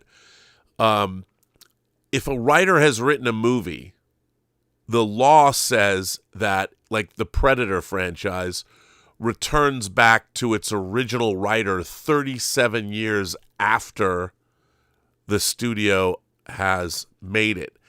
And there's a law firm, there's one particular lawyer who waits for franchises to become 37 years old and pounces on them and then makes sure that if, like the Predator franchise, they had to finish Prey under a certain time frame, and it wasn't allowed to be a theatrical movie. And then they because it was successful, then they figured out they made a payment, and now Predator Badlands, because that's why Prey was not, for some reason, it wasn't called a Predator movie. It's Prey. And so now they can use Predator. They had to pay off the creators of the original. And that's just how it goes. So that's why the Jason movies were called Jason and they couldn't be called Friday the 13th. So, isn't the Crystal Lake series just around the corner, Rob? Apparently. I mean, it's really too bad that we're not getting what Brian Fuller was doing, but, he got to direct his movie Dust Bunny, and apparently it's quite good. So, yeah. Nice. And it's interesting because Victor Miller came back and is credited. I want to see if he's credited as a writer. I'm looking at the credits. Okay. So, yeah. Okay. So Freddy versus Jason, Wes Craven and Victor Miller are credited as creating characters. Oh, so that's interesting, and they paid him off. But Damian Shannon and Mark Swift wrote the script. Very interesting. It's very interesting because they paid him off, but it's Freddy versus Jason. So very complex situation. Because it's weird because Victor Miller really didn't create the Jason that we all know. He created the idea behind it, but his depiction of Jason was not that. Very wacky. Very wacky. Yeah. So should we jump into the news? Yeah, Rob. Yeah. Give us what is coming out. There's a lot of weird stuff coming out. A lot of good stuff. Well, let's start with this, shall we? Hold on. I'm trying to get to where I was, and I don't know what I have done. What have I done? Here we go. So, we've got Jean-Claude Van Damme movies. MVD is putting out Lionheart in 4K, and they are putting out Knockoff in 4K. And Lionheart is as far as I've read it, Rob, the international longer cut. Yep, the international longer cut, so it's coming out. You got your A side, your B side, and the limited slipcover. So MVD's doing it up right, if you're a Jean-Claude Van Damme fan. And then we got the 30th anniversary of Edward Scissorhands. Edward Scissorhands is coming out. I love this movie. I'll probably get this. Do you like Edward Scissorhands? Nice cover artwork. Yeah, I really like it. I haven't seen it in forever, Rob. I really have actually no rating measurement at the moment for. It's a delightful film. Then we have, of course, Shout Factory, Scream Factory. They're finally officially December. Here's their December releases. Top, first and foremost, is The Killer. But like with City on Fire, I think I'm going to wait and go for the Arrow version. Obviously, Shout Factory, they've been splitting the Shaw Brothers films up, and they are going to split these films up. So you've got the Arrow versions, and you have the Shout Factory versions. The Shout Factory will be all domestic, Any special features on the Blu-rays probably are region locked for Arrow, so you have to have a multi-region player. I don't know if that's true yet, but so City on Fire I bought the domestic, but I think I want to get the Arrow version. But this is the Shout Factory version of The Killer. Such a great movie. Can't wait to get it. I can finally get rid of my Hong Kong. The cover artwork is actually in line with Hardboiled. Yeah. So that I like. Well, I love the inner not the fitting collar for Hardboiled, but it fits. Yeah, that inner sleeve is the cover of the Laserdisc, which I loved. Yeah. So the Criterion, which I still have. Then we have another great film, Leaving Las Vegas. What a terrific movie this is. Really, really, really like this. And can't wait to get it. And then, I love David Cronenberg. I have a number of these. I have this movie from all over the world. I've got steelbooks of this, regular versions. But now I get a 4K of David Cronenberg's second feature, Rabid. Pray it doesn't happen to you. Well, I promise. Can't wait to get this. Love this movie. Although it's probably his weakest film. I just love it because it's hilarious. And then we've got Cloud Atlas. Now, this is interesting. I got one for you, Dietz. So, and I'm going to have to throw this out to all of our LGBTQ and especially our trans friends. This I find really interesting. So, okay, Cloud Atlas, which a movie I really liked, directed by the Wachowskis and Tom Tykwer, who did Run Lola Run. So the three of them directed it. But now look at the cover. It says that this is directed by Lana Wachowski, Tom Tykwer, and Lily Wachowski. However, now let me ask you this. They weren't Lily and Lana when they made the movie.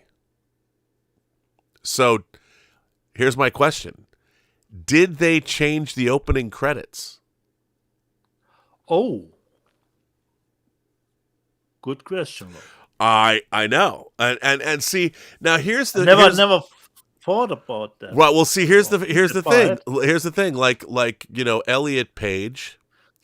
Yeah. Elliot Page before he transitioned had a different name. And so do you go back and retroactively do you change the credits of movies to reflect their current reality? Ooh. Because as a matter of history, you're erasing history because, you could make the argument that they've transitioned into their true selves. But I would be curious. I don't know if it's really for me to say one way or another. I just find it to be an interesting historical. So when I was looking at this and they say that it's Lana and Lily Wachowski that directed Cloud Atlas right there on the box, does that mean that they went back into the film itself and changed the opening titles or changed the main titles of the film? We'll see. I find it to be an interesting conundrum, one way or another. Yeah. I mean, I don't really think that I'm allowed to have an opinion on it, but I find it interesting. Like, I would think, like, if it were up to me, my opinion on it would be, I don't think you should change history. But on the other hand, I can see the argument for if somebody gets to become their true self, then they should be able to go back and reference that. But you never know. I don't know the answer to this, but that's what I'm curious about. When I saw this, I'm like, I wonder if they changed the credits of the movies. Since they were mostly known under the Wachowskis, actually, that's really separate. Right, and maybe because on there it just said directed by the Wachowskis. It might say that on the film already. Oh, okay. So I just don't know. I think it's an interesting question. I just thought it was interesting to mention. Then we have a steelbook for James Gray's The Gray. I love this movie, by the way. Or what?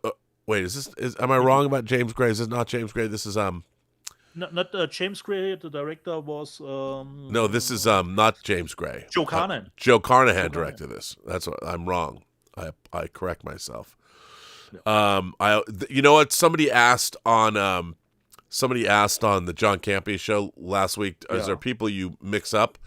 And I'm like, no, but this is where I always mix this up with Joe Carnahan because I love Joe Carnahan. I met Joe Carnahan. I always forget that he did this. I don't know why I think James Gray did it, but yeah, cool steelbook. Although it does look a little AI generated to me. Yeah. These look like AI generated steelbooks. A little bit asylum touch, actually. Yeah. So I don't know if I'm digging this artwork. This, I know I don't like this artwork. For Wanted, Yeah, you need. yeah, this looks like AI. Bizarre artwork. Yeah, they're trying to cash in. I don't think this represents the movie very much. And then you've got their Shaw Brothers Volume 8. They're not as big as, I don't think, the same as the Arrow versions, but hey, they're continuing to put them out. And then we have Zack Snyder's Dawn of the Dead in a new steelbook. But again, this just looks like it's AI artwork.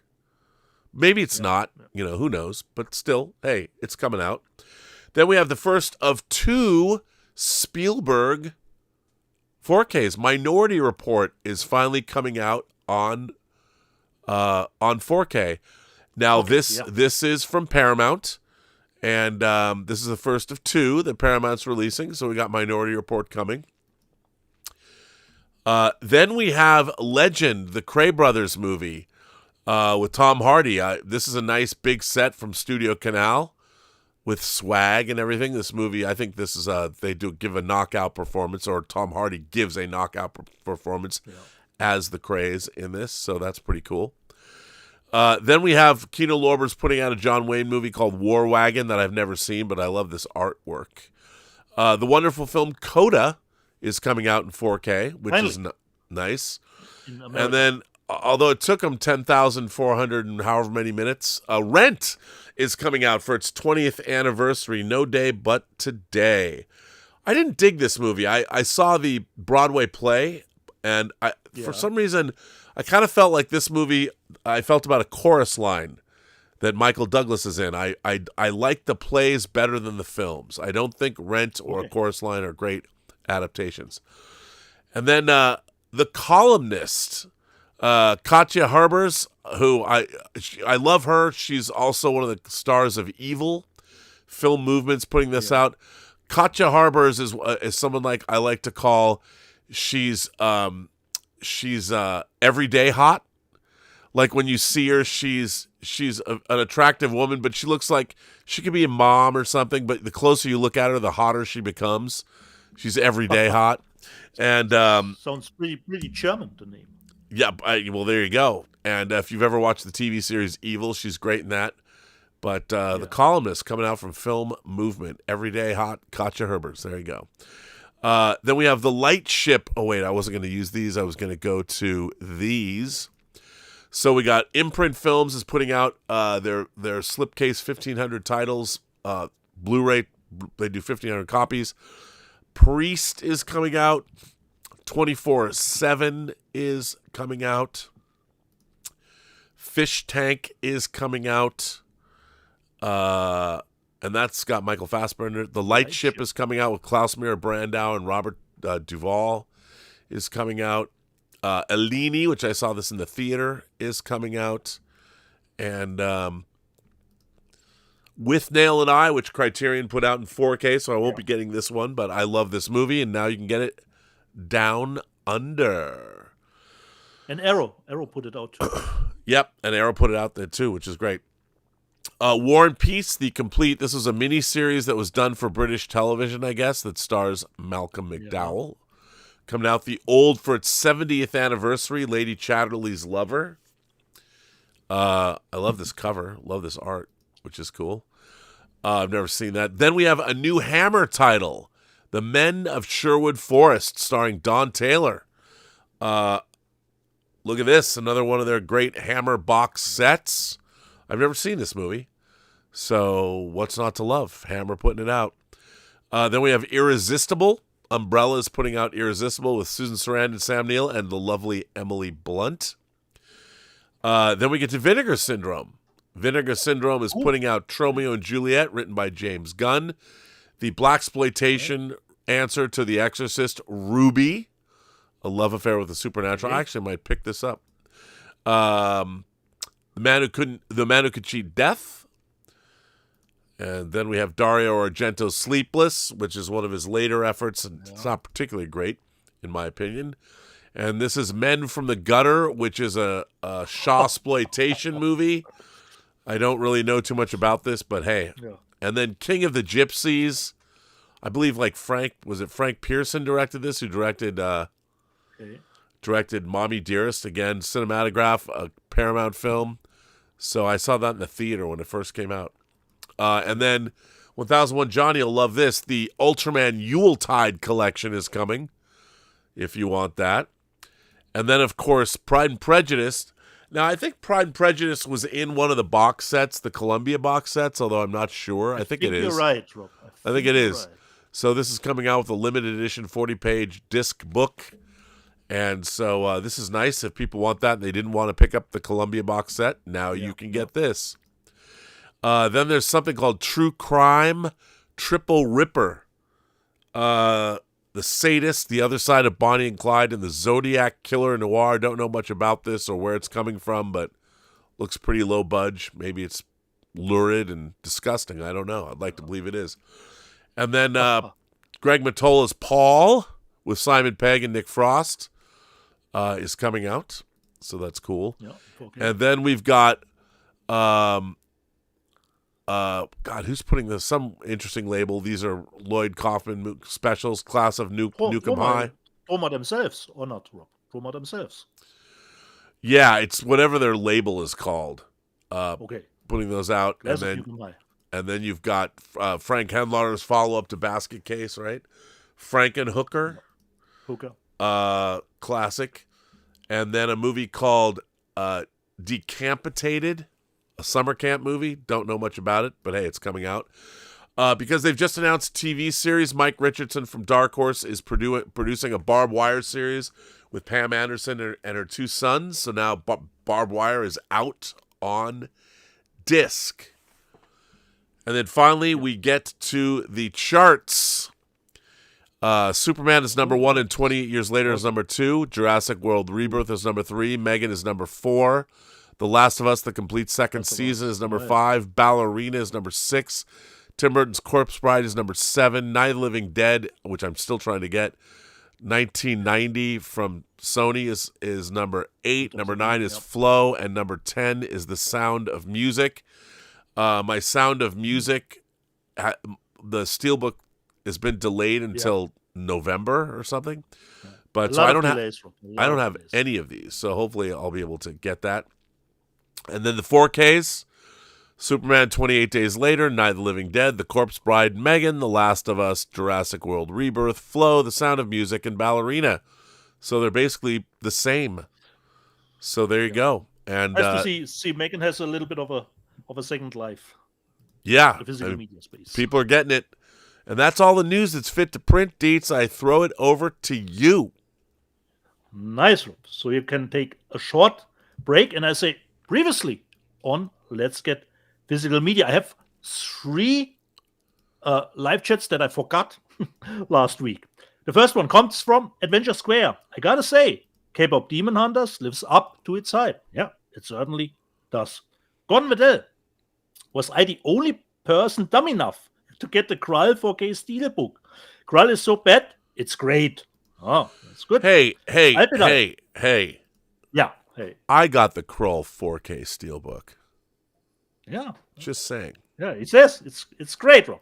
You know, last I wouldn't go that far. That's it's great. Albedal. I have to correct myself a little because he reminds me, because I told you, Rob, he says Saarland is not the smallest county in Germany, it's Bremen. But considering area states, Saarland is the smallest, but because we have 3 city-states, of course, the city-states are smaller. But when it comes to area, Saarland is. Justin Sanchez says, hey, Rob, it's my birthday today, dude.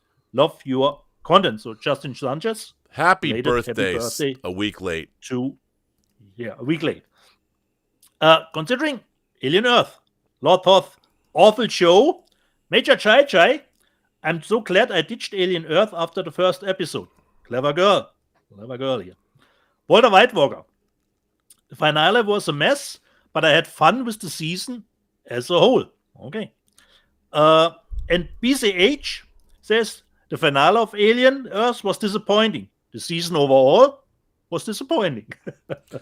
HV Christodot, my childhood nightmare was being in a theater and the screen going blinding white and the world ends.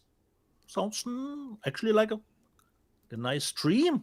Nightmare? Well, perhaps not. Pete and Cart, considering Alien Earth, the first time we see the eye image is when it's controlling the dead cat. That's establishing the rules. Sure, Alien Earth has its flaws, but it's pretty fucking cool. And no. Played out. Jurassic World Rebirth is a good phone scrolling movie. Ooh. And Secular Monk, Dieter, why? Why Jurassic World Rebirth? Yeah, Max thinks the same, but like I said, I got the right calibration and knew already everything that will come my way. Played out. I like Superman more second viewing as well. Yeah, for me, it did pick up with the second watch. Paul and Brunotto wants to know, Dieter, where did you get the Ballerina 4K from? This is from Amazon Italy, because there are two Steelbook versions. This is one of those. Then we have Health, no filter. He says, greetings from the UK, gents. I'm traveling to China next week. I'll get a pick in Hong Kong for you. We're waiting on that pick. And I told you, Rob, that I didn't know that Chet Zelsky was the stand-in for Brent Lee for doing the scenes when he died. And GA says, imagine being a stand-in for Brent Lee in the film where he was killed during a scene. And Rulat says, Dieter, that's why Stahelski is so opposed to live weapons on the set. Because of what happened on The Crow, he doesn't use live weapons. It's all CG bullets. And then surprisingly, Rob, Irene Jobson was back in the chat under a new name. And she says, I don't read German or speak mostly. Yeah, why would you even want to do that? Gordon Waddell wants to know, Dieter, where did you get, wait, here do I have it? The Wolfen Media book. You can get it on Amazon Germany, but there are two ones. So you got two cover versions. I decided for this one, but there are two cover versions that you can get. Tommy Ricknell, God, I want some of the Lionsgate editions, but they refuse to ship to us international buyers. A big shame since I'm collecting all the Western titles. Yeah, because for me, it's always just offer it. Even if the shipping cost is, I don't know, $40. If someone wants to pay it, okay, let them pay. Adventure Square, considering Rob's documentary of Tron is on the new 4K. Adventure Square, love that doc, because there wasn't a lot of big info on Tron back then. Yeah, mostly back in the day, movies were not made for thinking about special features or behind the scenes stuff. The Restart Point. I watched Arcade yesterday with RMB's name in the credits. Well, it was certainly a movie. Still have to watch it. Paul and Brunotto. I'm playing Gears of War Reloaded. Nice remaster again. Why don't we play it co-op, Paul? What are you doing alone? Irene Jobson. Rob, taste of movies is very suspicious, but I'm here for it. And she says to me, Dieter, choose wisely. You know? I probably should. My taste of movies is suspicious? Yeah. Mine? Yeah. But she says to me, I need to choose wisely, Rob, you know? But she says she's here for it, Rob, for your special taste, you know? And Walter Whitewalker wants to know, Rob, is True Noir on physical yet? No, but it's going. I'm working on that. Okay. I'm in the process. Distant Stars wants to know, when are you guys opening the attic to add the A to the BBC? If we would do that, we still have to remove the skeletons in the attic, and we would need someone which surname begins with an A, you know, because now we have established the rules, considering adding wings to our motel. Played out. Been trying to talk deeds into shaved head, goatee, neck tattoos, but no luck. What can you do? And Mielis thinks Dieter needs a wig. And Castle Grayskull says, I can send him one from my extensive collection, the red one. No Castle Grayskull, the red one. But Brucho comes to my help and says, Dieter, it's just our powerful brains demanding better thermal transfer to stay cool. So the hair has to go. Paul and Brunotto, I got Cutthroat Island 4K Steelbook 2 weeks ago. You and I, sir, are our shuttlecraft in the same shuttle bay. Captain, considering the letter that I read last week about Alvaro, not really a fan of Rennie's new work, and Captain Finity, Time Travel Police, says, going to Canossa, I'm dropping that into my script immediately. It's on page 20 now. And Rob showed in the news section that the Teenage Mutant Ninja Turtles movie will come out as a box set. Major Chai, I like the first Teenage Mutant Ninja Turtles movie. The sequels, not at all. Paul and Brunotto, I won't be buying Teenage Mutant Ninja Turtles 4K box set either. Dave Rave, TMNT was never for me. Circular Monk, Turtles in Time wasn't good, but the other two were decent. I guess it depends on when you first watch them, yeah, especially with those kinds of movies. Das Play-Doh. TMNT has been around since I was in high school. BCH, I had some early TMNT comics, but I never got into the whole franchise. And Brucho wants to know, how do I get a refund on gifted memberships? Because I love my turtles, RMB. Planet 628, the first Teenage Mutant Ninja Turtles movie is the French connection of comic book films. Bo Edmonds, I will get the Teenage Mutant Ninja Turtles box set. I enjoyed them all, some better than others. Stubble McShave, I'm still waiting for my Deep Purple box. Yeah, Stubble, but they will be repressing those. It's not a limited edition. Just wait. It will get to you at some point.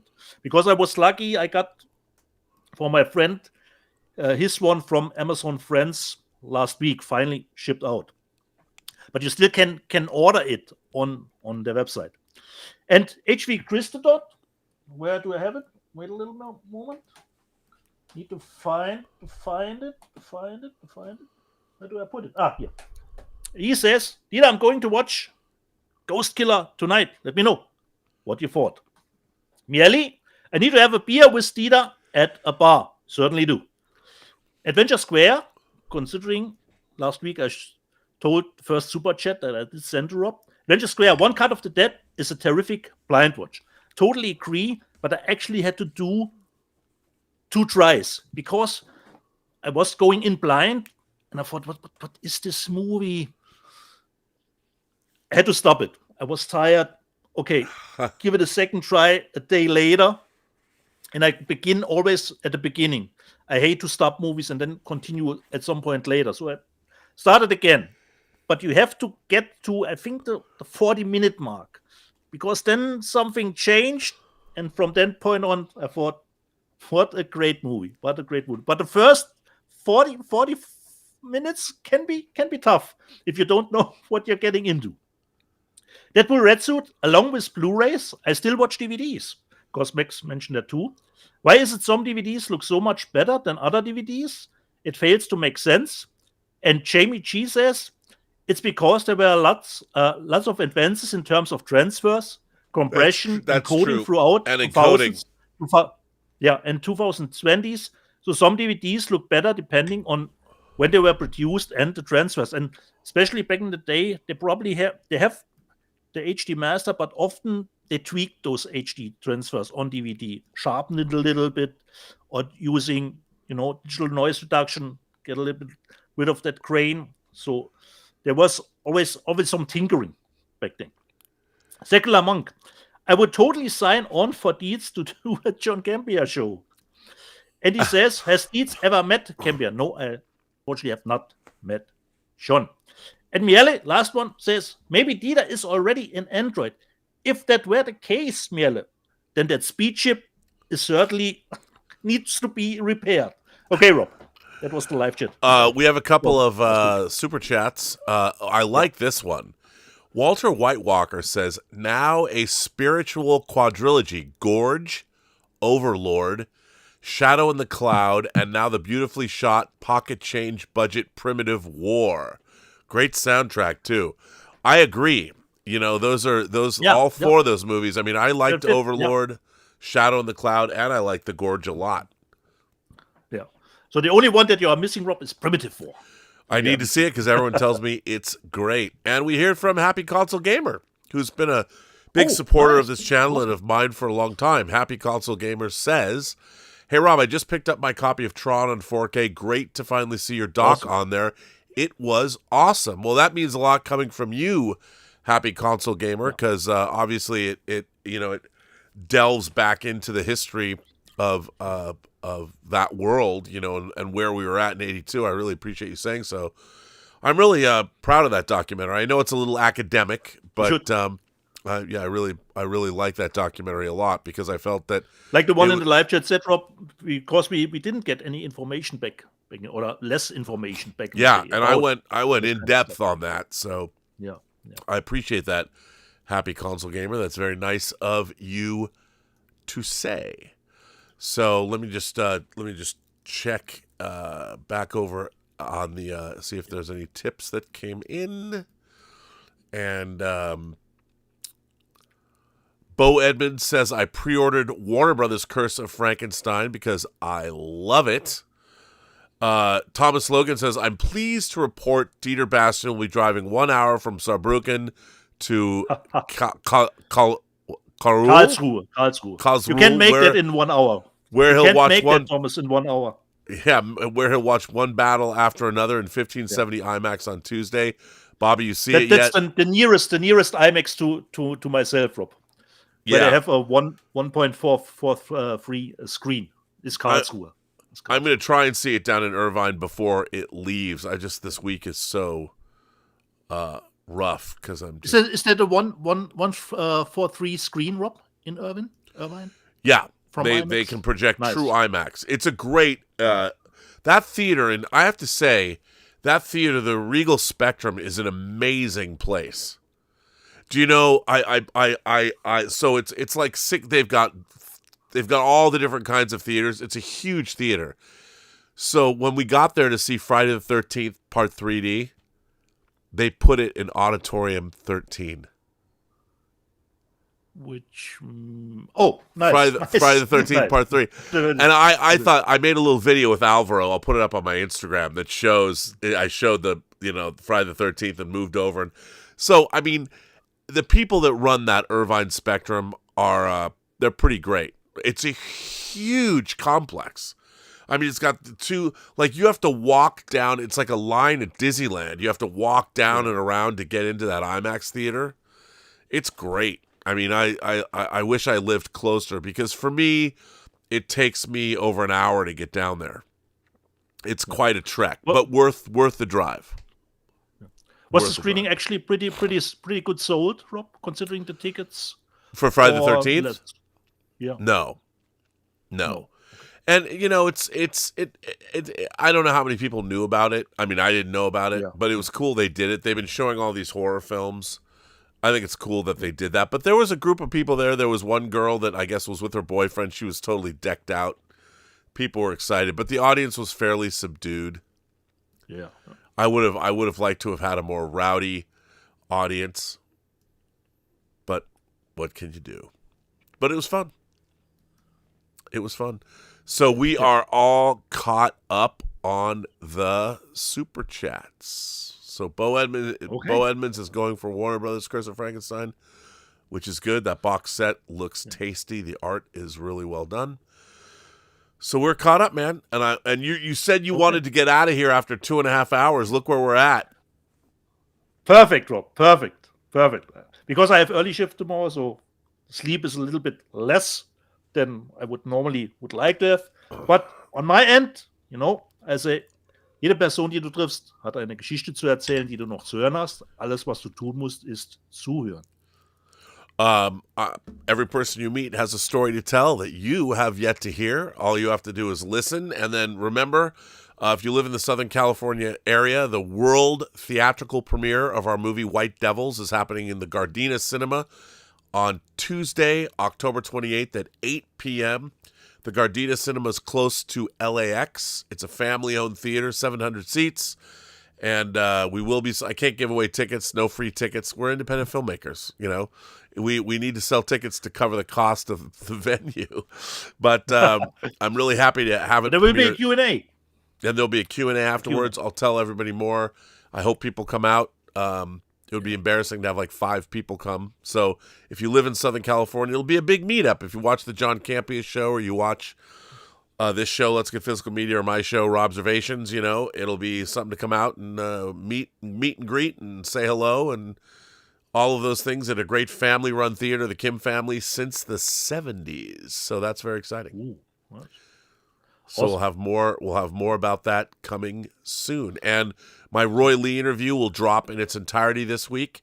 And awesome. I interviewed makeup artist Donald Moat, who did Tron Ares. He also did Which Dune comes 1 out 2. And this week. Yeah. And that comes out this week too. My friend in distribution saw it. Saw Tron Ares and said it was a great popcorn munching film. He saw it in 3D. Okay. And he said it was a really enjoyable. It was a really fun time at the movies. Nice, awesome. And the score is amazing. We're looking forward. Yeah, I'm too. We're looking forward to Tron. I'm going to see it next week. We might have to do the show on Saturday next week. I'm not sure. No problem. Just let me know ahead. All right, will do, because I think I'm going to see Tron. I'm not sure. I might be seeing, because I'm going into LA. I'm seeing it at the Chinese Theater in IMAX 3D. Awesome. So I can't wait. Yeah, me neither. And that's and don't forget, Rob, I need the address of that famous, Max Allan Collins address. Noir. Yes. Noir, or give him my email. You know. Well, you guys are linked. You guys are linked together. When I sent out the show, link to you guys, his email address is on that show link. Oh, okay. Yeah, so you can just write him. He'll send you his address right away, and you send him yours because he's very good about sending packages of stuff out. Oh, okay. Yeah. Okay. All right, everybody. Well, that brings us an end to the show. One will watch that movie. Yeah, one day I'm gonna watch it. I swear.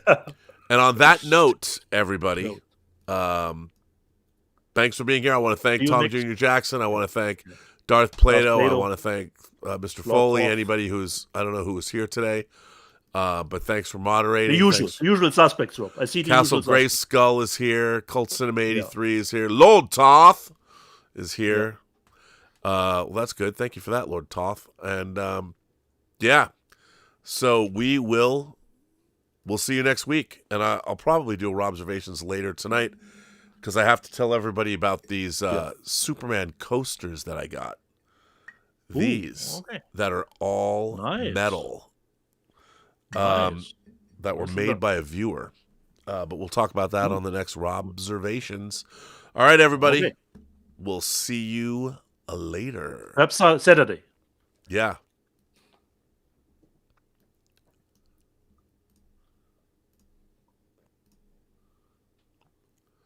Okay, we're out.